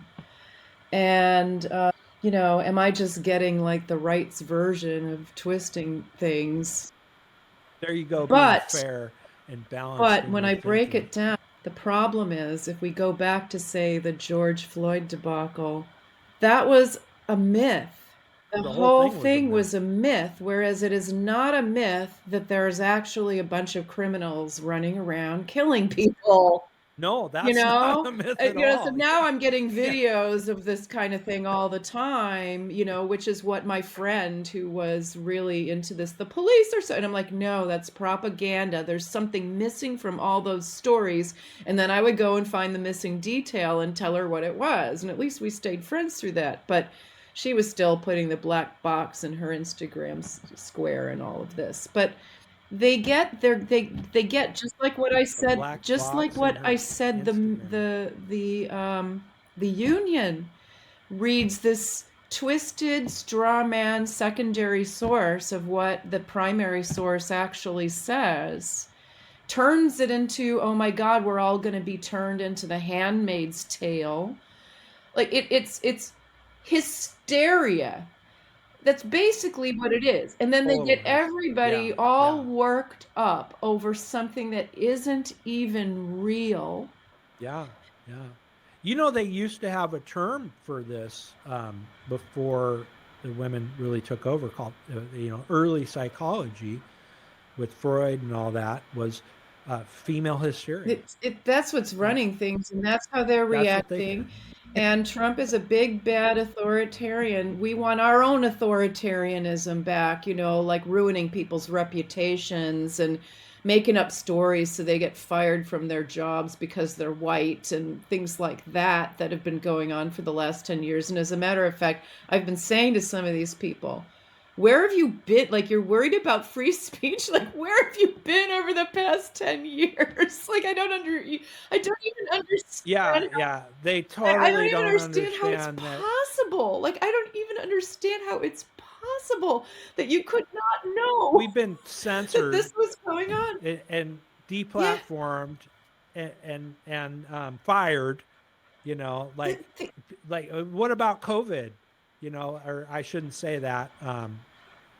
What about it the was it was pandemic? one I don't know what the right word it was is. one hysteria after another. I voted to shut these people up and stop controlling us with their hysterical bullshit.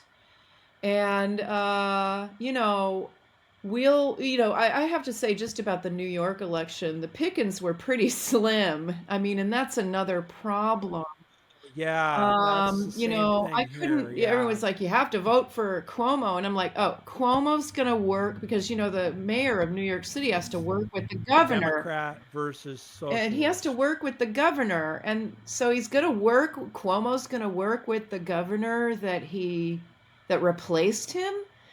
And then not only that, but he was behind the whole cashless bail thing that turned all of these, so now we have perps with like 46 priors roaming around. Yeah, and he's the He's the more art. sensible right wing No, he guy. was left. He was a Democrat. Cuomo is a Democrat. I know, but this is like to the right of Yeah. Zoran. So I wasn't going to vote for that. And I certainly wasn't going to vote for Mamdani. And so, I didn't mind Curtis Lewa, but And he was the yeah, older he's guy, the guy. right? Actually, I mean, again, Law and Order. He's the one who, when New Yeah. York City was going to the dogs, created a paramilitary to patrol the subways and stop crime. The Guardian Angels. Yeah. Yeah, I heard about him. Yeah. I really follow a guy named Nick Yeah, Shirley. yeah, yeah. And he's great. He goes out there and just talks to people on the street. And I think a lot of people get their news that way now. You can really learn a lot just by just talking to people like that. Yeah. And I heard about that guy that was the older guy who was also, they're all Democrats, and and then he wanted to reestablish some law and order, and you don't hear much anymore about Giuliani, who uh, came into. This is why I got this meme of Escape from New York is so prevalent now, um, of that we're creating this dystopian hellscape out of our you know most cherished city, and we're doing that to all the cities, really.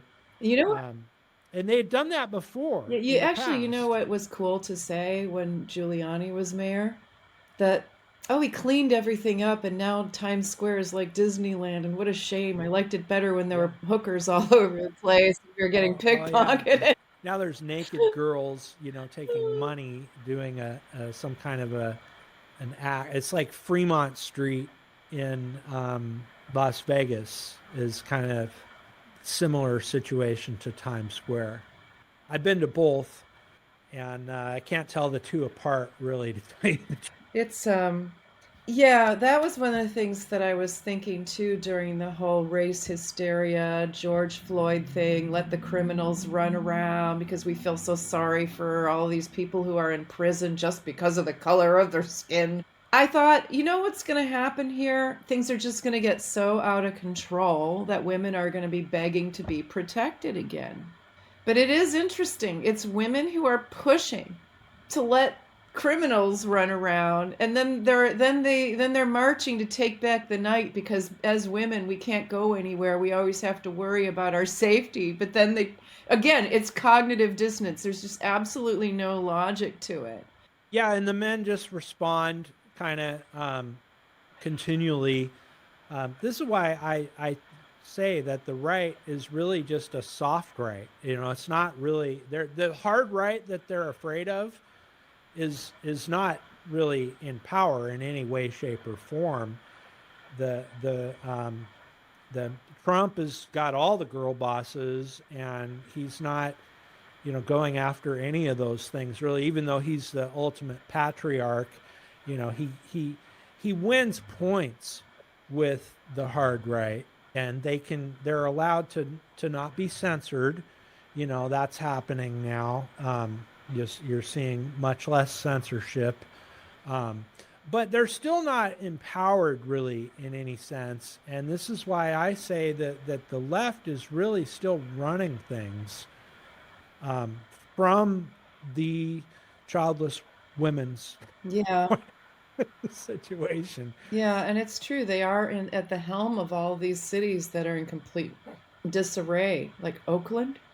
Seattle is Yeah. Oh, Portland. I follow a guy on Substack who takes pictures of, I think it's Portland. Oh my God. Uh-huh. Yeah. Oh, you should see it.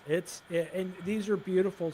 I grew up in Seattle is the Emerald City, and it's just been turned into a shithole, and it's just disgusting. It's really, really disgusting and unsafe. Graffiti, trash. These people that are all about the environment.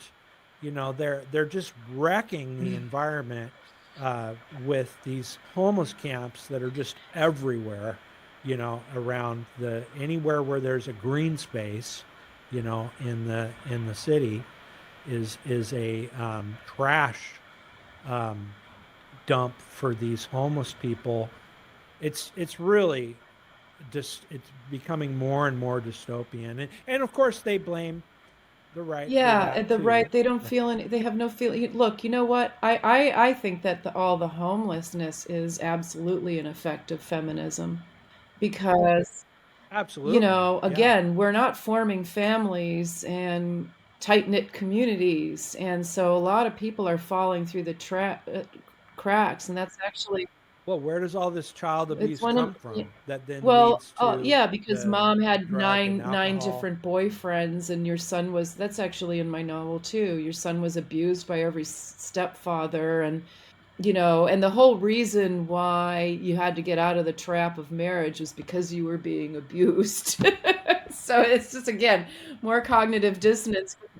You've Yeah. destroyed the family structure, and then you wonder why people are Yeah. fucked up, and they need your psychology, which is really I am. This is a big thing for me. The psychology makes people worse. Hmm. Like every bit of the answers in psychology make people Oh yeah, sicker. I was saying that from the get-go. And when Yeah, I noticed yeah. it became very trendy to see a therapist, interestingly enough? I know correlation isn't causation, but in the 80s, when my generation, the first one that was obligated to work and pursue this free lifestyle, and I worked with all these women who were really angry and felt like they had no purpose. This great Mary Tyler Moore dream wasn't really what it looked like on TV. And Constantly there's an dating. emptiness because, when I was working at this pizza restaurant with we were all in the same boat. No boyfriend, no kid. At the age when you would have had about 3 kids by that time. So again, Which was like what's 30. wrong with me? I don't understand what's wrong with me. And then we start going to therapy. And I went to a therapist a couple of times. I actually have a good story about it. I have to write it. I won't say it here, but um, yeah. And also, if your therapist is a woman, she's just going to tell you what you want to hear, and she wants you to need her. Well, So most of they're them not are. problem solvers, That, right? They need to be needed, and yeah. so they, It's all about being yeah. heard and seen. These are the key words here. Heard and I don't feel heard and seen. So I go to the therapist now. I'm heard and Hmm. seen. And I feel heard and seen. But okay, well, what got Yeah, I'm fixed? 35 years old. I'm living alone. I have no kids. I hate my job. I think maybe I need to get divorced. Maybe Yeah, that's the answer now. yeah. And Because my husband's a I went narcissist. through a trial, and I remember her. See, this is the other thing, women also tell you, you have to get away. You have to get away from this person. You have to get away. It's just like the answer to everything. I had a, Get away, like have well, your own yeah, it's always like, place or get you're going through a divorced problem, or like he doesn't treat you right. Get away. Go away. I mean, I think in this case, I probably did have to get away, but it was like that was just the answer. You have to get away from this person. And then I wound up telling him he was just a roommate, but I said I'm leaving, and that's when he really went nuts. He was not so great, and then I told him, all right, I'm gonna move out, and then he really went nuts, like he lost it. well, you're Yes, destabilizing the yes, situation by yes. abandoning the And that it wasn't the situation. first time I had done that. And And it might not have been stable in the mhm. first place because we have no clear rules anymore, right? It's a situationship turned into a Well, this was a relationship, roommate. This moved was just a back to, roommate, a gay roommate, but he went off the deep end. Like he really lost it. And I wound up having to find his parents' phone number and call them and say, look, and they were like, oh, he's your problem. I'm like, no, I'm just his roommate. You don't understand. This is a transactional. I mean, this is the other thing, like just the whole roommate thing I was thinking about the other day, like living with someone in a really transactional way. And but were you yeah, just a yeah, yeah. roommate with this gay guy or were you playing a role for Yeah, I think him yeah, I think of he had a like expectations of mother he had or expectations a of me that wife? were totally unrealistic, and I also was leaning on him in various ways. I mean, obviously, Yeah, yeah, exactly. but Yeah. but regardless, the contract really is that we just live in this place and we share expenses, and I think that in and of itself is just so soulless and horrible. And when I look back on that and how he lost it, I mean, he really needed to be binned. And I called his parents, and his mother was like, well, he's your problem. And I said, no, I'm leaving in 2 days, and I'm afraid to leave him here alone. They didn't And want to then, deal with well, you he's an adult. Well, anymore. and then I kind of found out or drew the inference that, he had issues anyway. Um, but that's the other thing. Came of age, and I think you probably have experience with this too, where the great replacement for getting married at 21 is to live with a series of strangers and a constantly revolving door. And what would that do to your psyche? Yeah, I don't know. I think that that's a thing for women, but for men, it's like you got to get your own place. That's kind of always been the thing for since I was younger. And then you need to be able to host a woman, right? And then she'll move in with you potentially. And then I think that kind of morphed over into this where women have their own place. As more and more women got married and then they got divorced and then they acquired the resources of their ex-husbands, right? Then you had more and more women that had their own. Now they're women own more homes than men now. Did you Yeah, know I've, that? I've read that. Yeah. Yeah. Yeah. Well, how'd that happen? Well, Who bought those homes? yeah.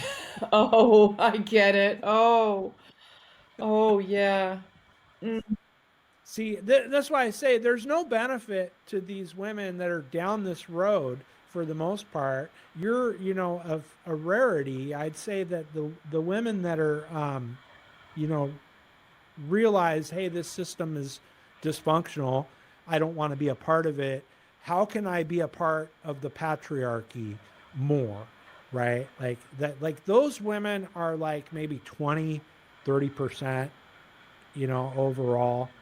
But these other women, they what option do they really have other than to continue hard down this socialist path? And that's what we're hmm seeing, I think, is they're splitting more and more. There's two worlds. It kind of makes me wonder what happened in Cuba and Russia and Cambodia, what was going on that brought this on, because in a book that I was reading about China, basically it was indoctrination in the schools.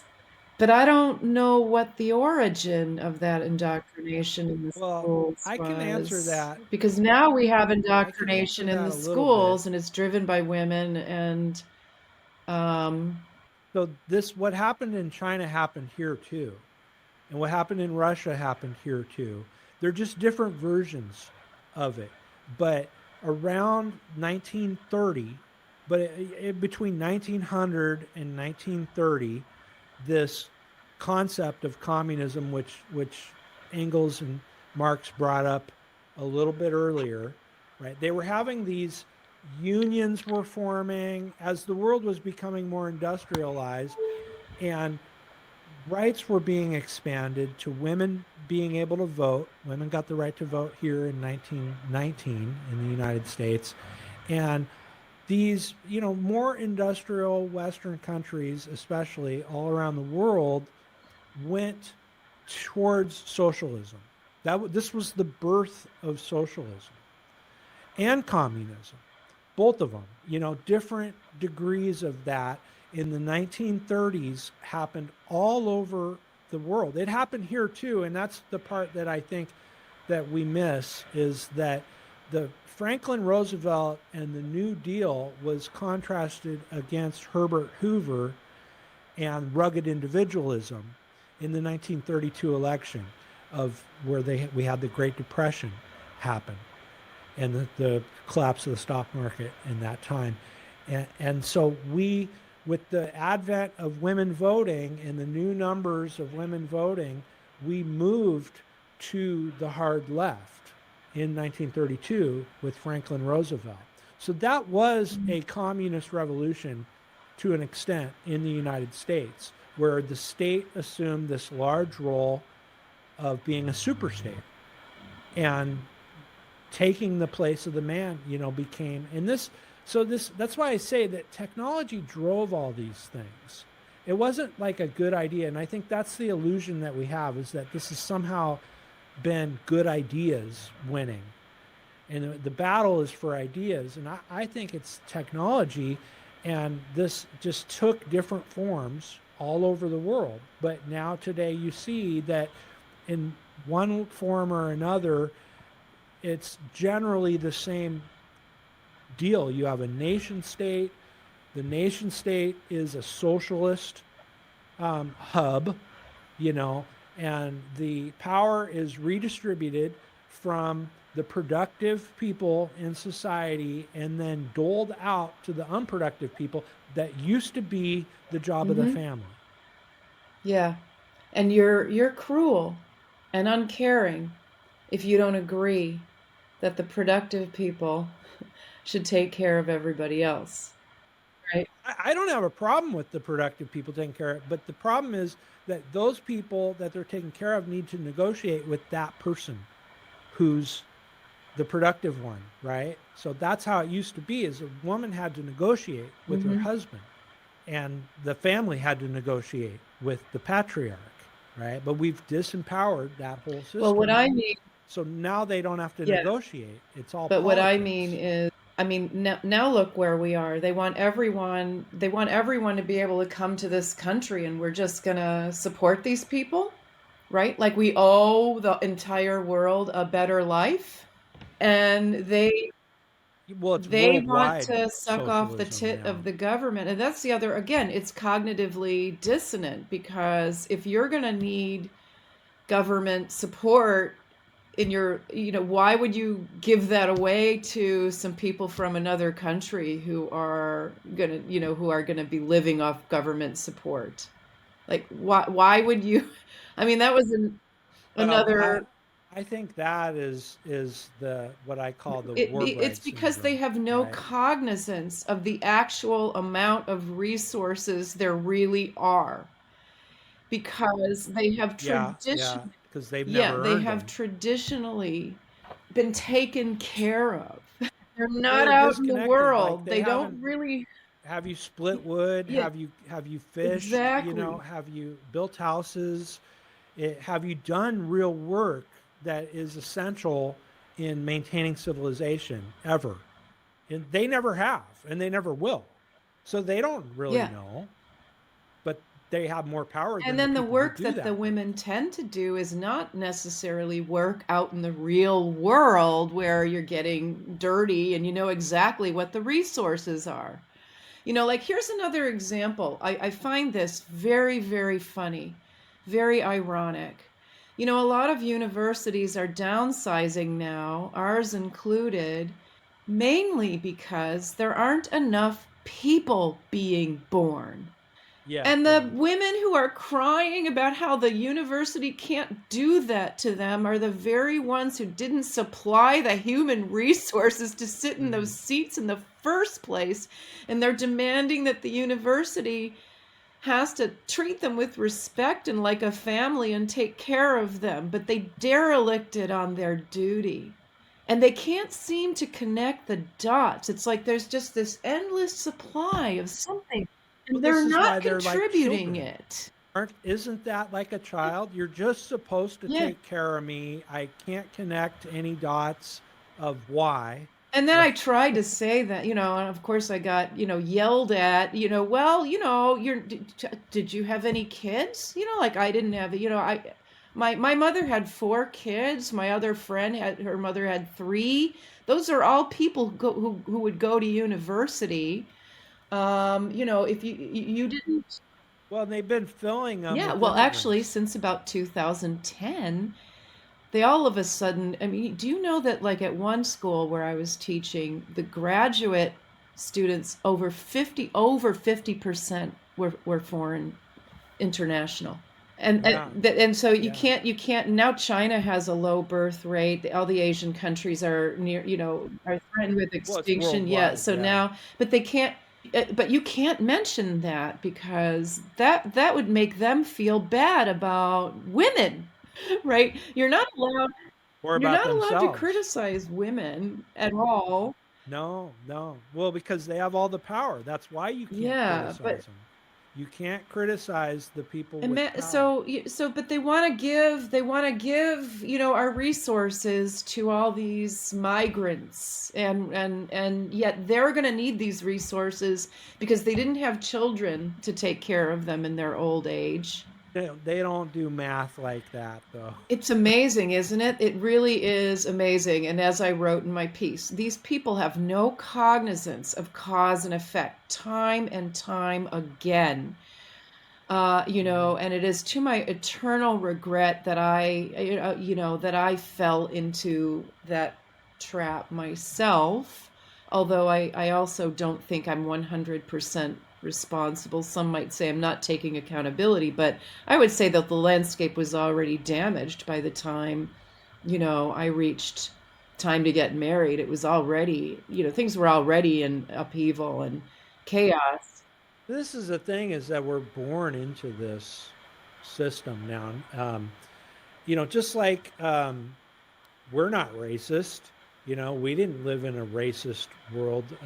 We're born into this world that we didn't choose this world, but it's not a racist world, but it is a world where we have this false narrative that kind of runs the show, that there's no difference between men and women. We're all these unique, interchangeable people, and yet somehow at the same time, the women are victims and the men are Mm-hmm. perpetrators. Mm-hmm. Yeah. And that's just the air that we breathe since we're children. I grew up in that, being a little bit later than you, 10 years later. By the time when I grew up in the 70s, like that was really like just the normal thing. It was like men and women are the same. And I believed it. I had no reason not to believe it. It was just, you know, everybody thought that. And yet, we're seeing it, people. And I believe that the reason why that this persisted that way in the early time of what I call the matriarchy, between the 60s and the 80s and the 90s, basically 60 to 2000 was this time where we still had the patriarchy kind of operating and, stabilizing everything. And so this new matriarchy was building on top of that. And it was, he still had this illusion that, we still had marriage, we still had patriarchy, we still had families, we still had children. But then now, post, 2020, when we look back, we can see how, those families basically disintegrated from the Yeah. 90s onward. And everybody's just scattered individuals. There is no giant family structure Yeah, anymore. very little of it. Yeah. I mean, I would say that just in my own orbit, I have one friend, something went on in her marriage and she was contemplating getting divorced, and then she said, I can't do it because his family and my family are intertwined. And I think that's also part of it, that you move away from your family. There are all kinds of Yeah, causes, you break up and the family and you move like, away from the family, and pretty soon yeah, there's like no when family. I got married, and this is, to my eternal regret, we just had to go live in a better city. We had all kinds of family and friends around us, and we went to San Francisco where we were alone and unmoored and had all kinds of problems surviving. And, and then he got in with a bad crowd, and the next thing you know, divorce seems to be the answer, and that's what happened there. But if I went into You just burn it Yeah, down but and if I start went over into, but again, he right? also was a victim of the whole 70s get divorced thing. And I'm not going to go into it, but his story is insane. And I didn't even really take seriously how insane it was because everybody's parents were doing that at the time. Well, not everybody's, but a lot, I mean, that was the narrative. Well, you can do this now. So it just seemed par for the course what his parents did. But what they did was pretty bad. And he was already damaged by the time, a lot of most of the men, I realized this later, that most of the men that I had to choose from were already damaged by their parents' Well, and divorces. that's what we are. That's why I say the trauma section of my book, because that's what we're Hmm. living in now. And you'll hear this narrative coming from, especially these women in therapy. Everybody's Hmm. broken, and it's all their childhood. Well, but what caused this brokenness of this? It's the destruction of the family that happened through Hmm. feminism in the modern age. It caused this just brokenness in every Yeah, direction. absolutely. And that people had issues before, back in, the pre-feminist period, that when we still had patriarchy, they had issues, but they had a structure that was functional to work through those issues over a long period of time. And most of those issues people would work through or learn to live with to a certain extent instead of just destroy and run Yeah. away. Yeah, that's something that I'm very interested in. One other thing that I wanted to discuss on this, um, this political, election scene is that what especially with Nick Shirley, and I watch him going and around to. I watched one the other day. He was in Washington D.C. and there was a bunch of people protesting on the Washington Memorial area there, and even he asked the question, like, who are these people protesting? Like, why don't who? How do they like pay their bills?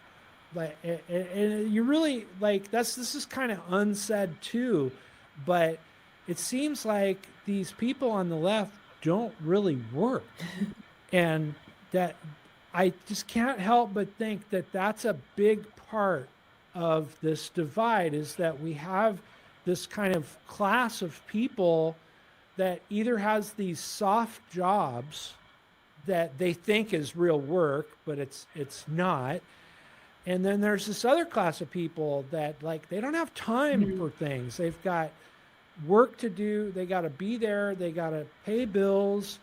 They're just trying to get by. And this protest class that you see on the left seems to be an unemployed, to a certain extent, group of people. Yeah, or they are people who live a lot online and are lonely and don't have family to keep them occupied. And so when you go to the protest, you get to bond with other people.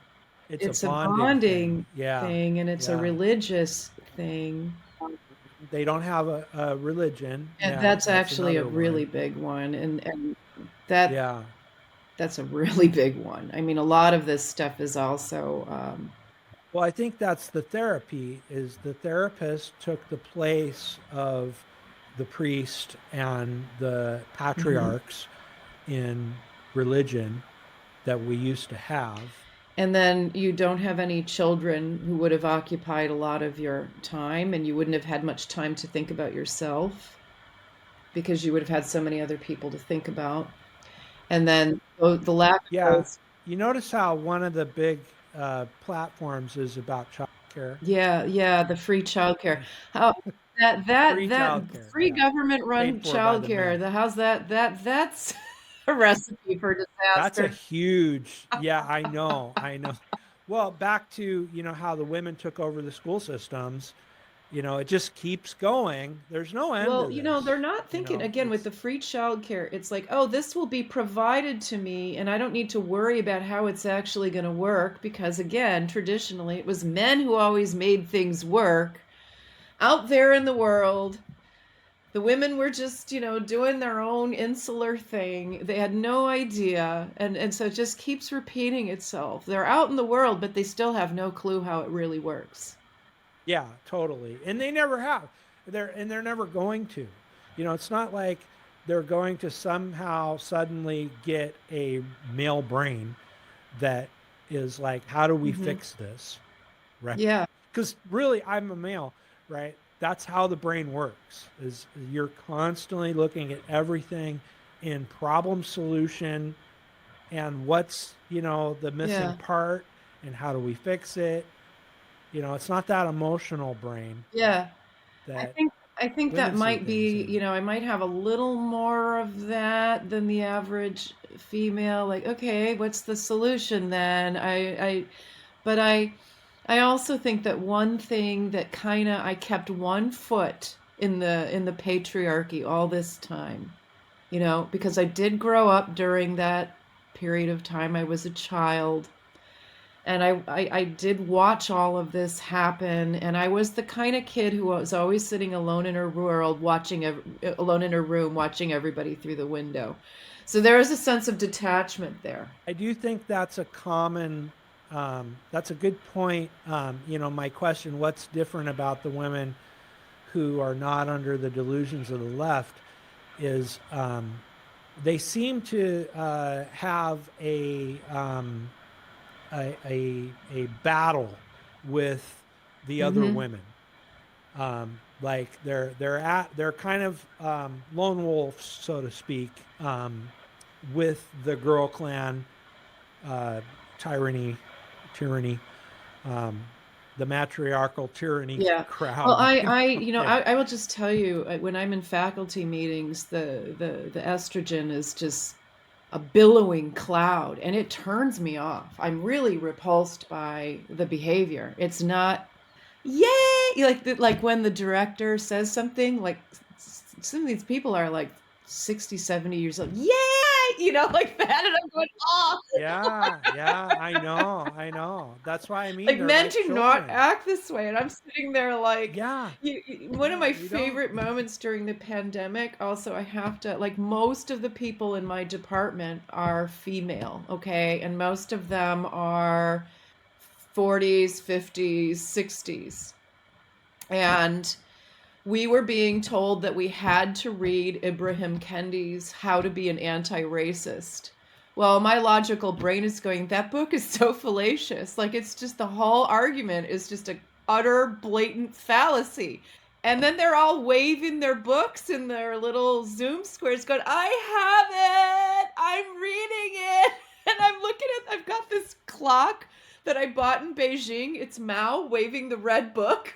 And it was sitting on the bookcase, Yeah, and I'm looking at my clock going like this, and other women in their squares going, I got that book, it's so good.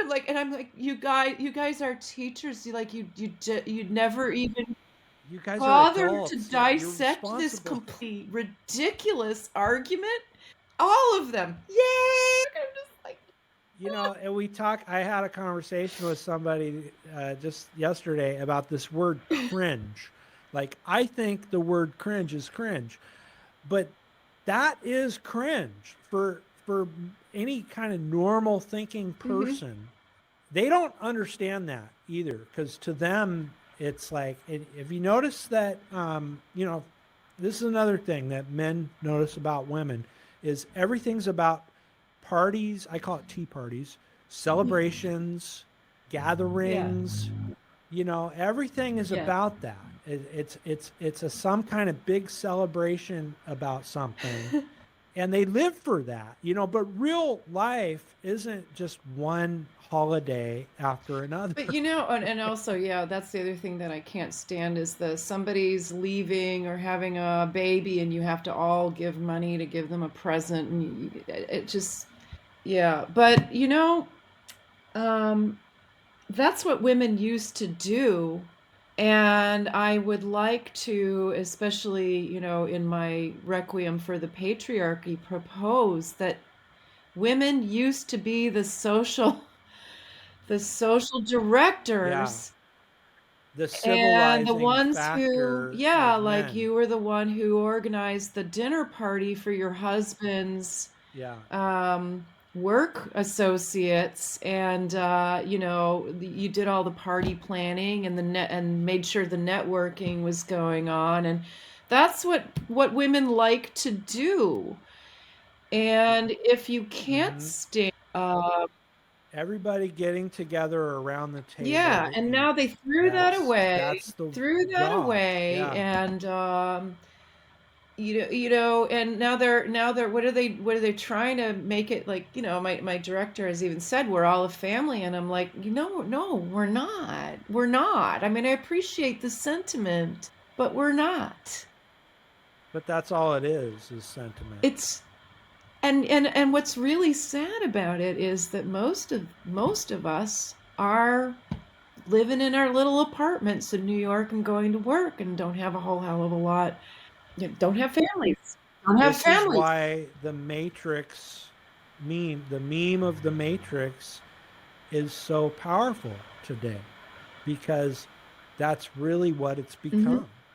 Everybody is in their own little cocoon plugged in to this matrix, and the matrix is the Yeah. family. And And it's a and political battle. now, That's where yeah, the and now battle we're is. divided according to political religions. And, I used to really kind of feel somewhat at one with the people that I work with. And I would say that I don't really understand what's going on in the media to the point where they really don't know what's in the compact. I mean, I'm not going to blame the media. I know what's in the compact. I went and looked. I mean, I don't understand why they didn't bother looking at it. The compact The again the is proposal for the universities, if you're going to receive federal funding, is this yeah. federal? Is Well, this a federal universities thing? can't It's receive federal funding unless they agree to these terms, and these terms were the the terms that the were terms of the used federal to be what government. universities did anyway. Yeah. And But they've yeah, changed over the years, and now Trump's yeah, trying to he's reverse trying them back to to the way they exactly, used to he's be. trying to restore order. And I am telling Yeah, that's which is the job of the right is they come in, restore order, and then now we can go back to and they chaos. are wailing about that. And I don't see anything um, in the compact that anybody really, any normal thinking human being would have a problem with. And it's actually a lot of what's in the compact is the stuff that they're crying about shouldn't be happening. Like people shouldn't feel bullied, shouldn't be excluded, you know. So they were literally Oh yeah, they're projecting. They're they're out projecting. there protesting the right to exclude people and shut people up and ruin their Yes, reputations and yes. make them uncomfortable. And Yeah, bully because I have people. felt uncomfortable in this place, extremely uncomfortable for the last 10 years. Okay, I'm not supposed to feel What a anxious and mess. uncomfortable, but I do. And the reason why I feel anxious and uncomfortable is because the people I work with have no clue what's really going on, are irrational, and not upholding the primary objective of the university, which is supposed to be a search for truth. And you can't do that if you're unwilling to listen to alternate perspectives. And if you've already decided that the wage See, gap is absolutely the result of, we've abandoned the universities really. The men on the right, the intelligent people of the world have recognized that the universities are a joke now, and there's not a solution to be found there for how to run a business or how to do really anything um, effective in the world anymore. They're a Mhm. indoctrination camp, or they've become that. So I don't know. Maybe Trump can, turn that around a little bit and make them relevant again. But that's a tall order, man. I had Word a student salad. who was writing a paper on, we went to the Met and they were supposed to pick a portrait that they felt resonated, and then they were supposed to find out what it was like to live in that time and be somebody like that. And this was a Medici portrait. And she actually learned that the Medici women were pretty much solely responsible for preserving that cultural heritage, all of the art they bought. They were working with commissioning the artists and preserve the art and the architecture. And then there was also another line in the research that she dug up that that they knew how to control the men with their sexuality. And I said, "Oh wow, look at this." And she said, "I don't want to write that in my essay Why? because it doesn't fit the narrative." And I Yeah. said, "But you have So to." all you can do is I fit said, the "But you have narrative. to." I mean, why this Yeah, urge to fit right? the Like she narrative with knew. She everything? knew she wasn't supposed to. And I like, "Look, this is basically saying that these women had a lot of power in their culture. That's interesting." Yeah, yeah. And you can't say that because they're supposed Yeah, to be the victims of the exactly. patriarchy. And I've encountered that and many women never times where a had student power. finds very interesting information like that would turn, you know, whatever narrative they're following completely upside down. Well, it's a worldview, that's being confronted there. And if I change that, then what are the consequences? I have to change everything Mhm. else. And how do we do that? And that again, that's why I think the return of the left is that we can't do that. We can't say that abortion is killing babies, because if we if we say that, then that means a whole bunch of other things that we got to turn our back on that are, serving us. Well, just remember, We if you're can't do that. anti-abortion, Douglas, you're a misogynist. I am a misogynist. But don't you just love that? Like the very thing that women were made to do, perhaps the most important thing on the planet, and to recognize that means that you hate women. Again, it's just completely Yeah, yeah, irrational. It makes no sense. yeah. Under their definition, anybody who thinks in a sane way is a Mhm. misogynist. So there's just no way around it. And I'm like, no, I don't really hate women. I just hate women like you. And Well, I don't again, it's like I don't really it's just sort of like the race thing. I don't hate the people, but there are certain behaviors that need to be addressed. You know, well, yeah, when you have a melting pot civilization, but again, we don't have to address a race. We can address crime, behaviors. okay? Yeah, yeah, Like or certain kinds of loud, rude, chaos, disruptive behaviors need to be addressed. But that's right wing, right? Because that's law and order. They don't want that. yeah. That's Law and order authoritarianism. means you hate women and you hate Mhm. races and Yeah. all the rest. Yeah, yeah. I mean, that's the narrative that the left is pumping, and it's a way of shutting down the conversation, really. And that's really the only card they have, because they can't win the debate. They never could win the debate. So they have to resort to bullying tactics of really, and the number one tactic is what we call Yeah. gaslighting. And this is what the left is doing, is they're gaslighting Yeah. everybody. Absolutely. And They don't want you to it all tell the comes truth. back to that story I told at the beginning when I said, I don't think girls our age should be walking around in hooker outfits. Smack! I was right. It was the truth. They can't handle reality. Well, now, what do they say? There's a statistic about the percentage of Gen Z women who have an OnlyFans account. Right? Have you Oh, heard that? Yeah, it's like I can't remember. I'll have to look it up, but it's a really large percentage that have an OnlyFans account. I believe, and I demonstrate this in my book through statistical analysis, because of the population collapse. What's happening is we're entering into a period where there's just a small number of available fertile women for all the men that are, wanting available fertile women. And so what you have is just like in a Western frontier town, where it's all men and there's only like, a few women who are sexual, um, young and fertile. Um, that is a condition that creates prostitution, mhm.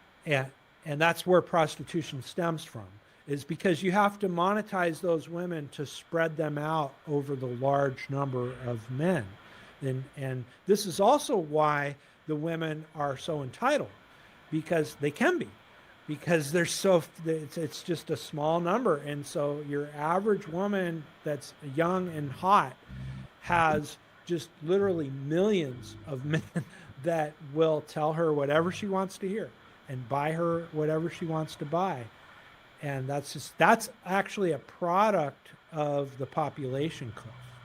and that's kind of a big point in my book is that and I have some graphs for that, and I'd like to do a video just on that, to show how over time the number of available fertile women has essentially Mhm. collapsed, and that is driving this Mhm. prostitution.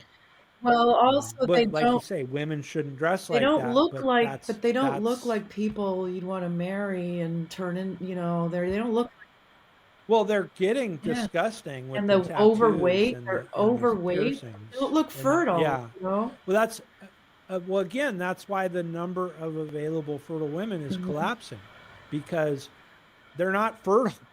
Right? They're fat. They're they're on all kinds of drugs. They're chemically castrated. They're tattooed. They look Yeah. hideous, and they're prostituting themselves for the state. So if they're not prostituting themselves to men, they're prostituting themselves to the state. And it's really a sad, situation. But this is what's happening. We're living in a dystopian world, and we're like cooked frogs, right? Or cooked The crab. frog, yeah. We've slowly been had the heat turned up to where we think it's normal, and a lot of people that are just born into this, and Yeah, it's and not that's normal. actually why It's very Leslie's show unhealthy. because they were talking about it. They're a little younger than I am, and they were talking about it like this is just the way it is. And I wrote to her and I said, no, it hasn't It's been not like this. sustainable. I grew up, there was a dad in every house. He went to work, he supported his family. There was almost no one not until the 70s. That's when things started to fall apart. You have to control it at some point, because they just want more, more, more. And there is a limit to Mhm. resources. And that's kind of what we're confronting right now with the 38 trillion debt. And we have Trump in power, and they, of course, he's horrible and monstrous, but what else are we going to do? Well, he's horrible and monstrous if you don't understand how the world works and you're afraid of setting boundaries. Again, he's horrible and monstrous as seen through the eyes of overweight, childless women who pity criminals and illegal immigrants, who can't tell their kid, no, you're going to walk on your own 2 feet. I'm not going to carry you. And they win. Add to that whole scene that their guy wins the election, or their girl wins the election, and the left, as far as federal power goes, has been the dominant force in federal power, not just local power. They're totally Well, one dominant. thing that is But unfortunate, and I'm thinking about this for myself, is that we probably are going to need bigger government because there are going to be, for the first time in human history, all these old people with no one to take care of them. well, wait, see now, the I'm going to kill the myself. technology the technology always responds, right? So men see a problem, they invent technology to fix Yeah, that I don't know problem. how you're going to get a And robot. right now, it's the AI robotic Yeah. revolution that is going to have to replace the children that we no longer have, right? And that'll work, I think, to a certain extent. But I believe it is an unsustainable system. We're heading for a collapse. There's no way around the collapse. This is It's just so fascinating. what's on the Isn't it menu. fascinating? And to think, I mean, it just boggles my mind. Women, the mothers brought about the collapse of our civilization. Like, it's Well, they always just have. That if you amazing. study history, that's always It's been the so case. amazing. And meanwhile, they're out there Yeah. running around like thinking that they're just doing such good and they're so caring and so Yeah. Oh, yeah. Yeah. And empathetic. they're And the ones that care. yeah, and Yeah. it's they're just Yeah. letting everything go to But shit. the truth is they care more about It's dogs just than they do about really human beings. amazing to me. Honestly, it fascinates me. And you know that Yeah, I would get in trouble at my job you're the bad guy. for trying to help them to see that there's a man's side of the story.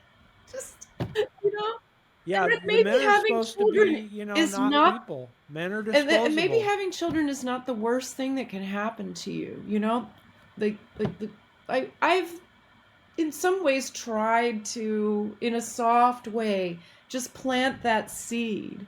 And you know, I'm not there anymore. I'm not at one of the schools anymore, and I got in trouble at this one. Well, we are. That's what we're doing here is we're planting that seed of I believe it's very important, very powerful to create a roadmap of reality that people can use so they understand what's Hmm. happening to them. So half of the, you know, the despair is the confusion of not understanding and being gaslit that it's all your fault and that that's what they do is they go after the real victims and then they blame the victims for their behavior. Yeah, That's the and bullying they're tactic. also not grateful. They're not grateful for what they've been given. Oh, I had a situation with a female narcissist, and it was really very Yeah, imagine destabilizing. being in a relationship. I submit that all of these women, at least a large extent of them, that are claiming that their man is a narcissist and that's why they had to leave him, they're actually projecting. They're actually the narcissist. And that's Yeah. why they left, not why they had to leave him. Yeah. Although yeah, that's something that I've actually thought about in that situation. Was I the no, no. See, because it was the gaslighting. She was telling me I was doing things that she was doing. I wasn't doing those things. And she was telling me I was thinking things that I wasn't thinking. And that's what women are doing when they're telling men, oh, like, oh, the patriarchy forced women to have children. Like the patriarchy forced women to have children. I saw a video on that recently. They were forced into this servitude. No, nature did that to you. Yeah, that's Yeah, called not nature. not Yeah. the men. I I mean, call that I God. get the idea. It's a rebellion Yeah, it's a against God. rebellion against That's nature, and ultimately what that's it what's so is. interesting also. It's like women are against nature for some reason, and men understand nature, and they are, well, they're also modifying it. I mean, I suppose that's one of the things that women are upset about is like men created all of this stuff that's ruining the landscape, polluting the ocean. Well, So I'm not yeah, going to have that's the kids. other. We should end on that. The Gad Sad calls it suicidal empathy, but there's another kind of suicide that the left has is ultimately they see human beings as being evil and a Mhm. plight to the Yeah, planet, and they ultimately want to eliminate the human beings from the earth, right? And so make sense of that one. You yeah. know, it's a suicide pact generally, and that's another truth bomb. That you can point out to them the suicidal nature of the left. Um, that they can't see that they can't look at that. Because, But anybody who has any kind of well, brains they can don't see it. think cause and effect. They're just not, No, it's yeah, across the board. It just, like, again, oh, they're downsizing. They cut my program, and you can't treat me like that. yeah. Every complaint, you just look at it like you're like, yeah, but they're doing this Yeah, well, there's a because reason. Yeah, and then you try to this, right? point out the rational reason for it, and then they just start hurling insults and Then crying. they just ad Yeah, hominem. and Yeah, yeah. yeah, it's fascinating. All right, and on that note, Okay, we'll pick up on this with another topic. Um, there's so many things happening. We live in very interesting times, and I hope that we can provide some kind of contrast that people can be able to map out, what's that they're not crazy, what's actually happening in the world is crazy, and you're not crazy for thinking it's crazy. That's the Right. gaslighting. Things really aren't okay. And it's They really okay aren't to say okay. that. They really aren't normal. This never happened in the history of Mhm. mankind. I think that's another gaslighting thing that a lot of people do is they try to, well, the Roman Empire collapsed because of blah, blah, blah. No, they didn't have birth control in the Roman Empire. They, they didn't have cars. They might have had some problems with women having too much power, but that was a small group of elite class of women. The situation that we're seeing today has never Yeah. happened. There's never been a true matriarchy in the history of the world, and we're seeing that now where the power resides from the bottom up in Yeah. women. And also because of that, we've never in the history of mankind had way more older people than younger people because not enough people are being born. Yeah, and this is going to be the Hmm. big story. This is really where And it's I all got in heading. trouble at work Yeah. for bringing that up. And I said to the director, I said, you can talk about climate change, you can talk about women's rights, but this is a real problem. And I'm getting taken to task for preparing them. They will, I've noticed this about women in my relationships. Um, they will argue the point to the death, and they'll never admit that that is the truth because their feelings say Mhm. it's not. And they'll stick with that all the way to the point where we blow up the Yeah, entire it's planet. it's fascinating. It's just so interesting. Yeah.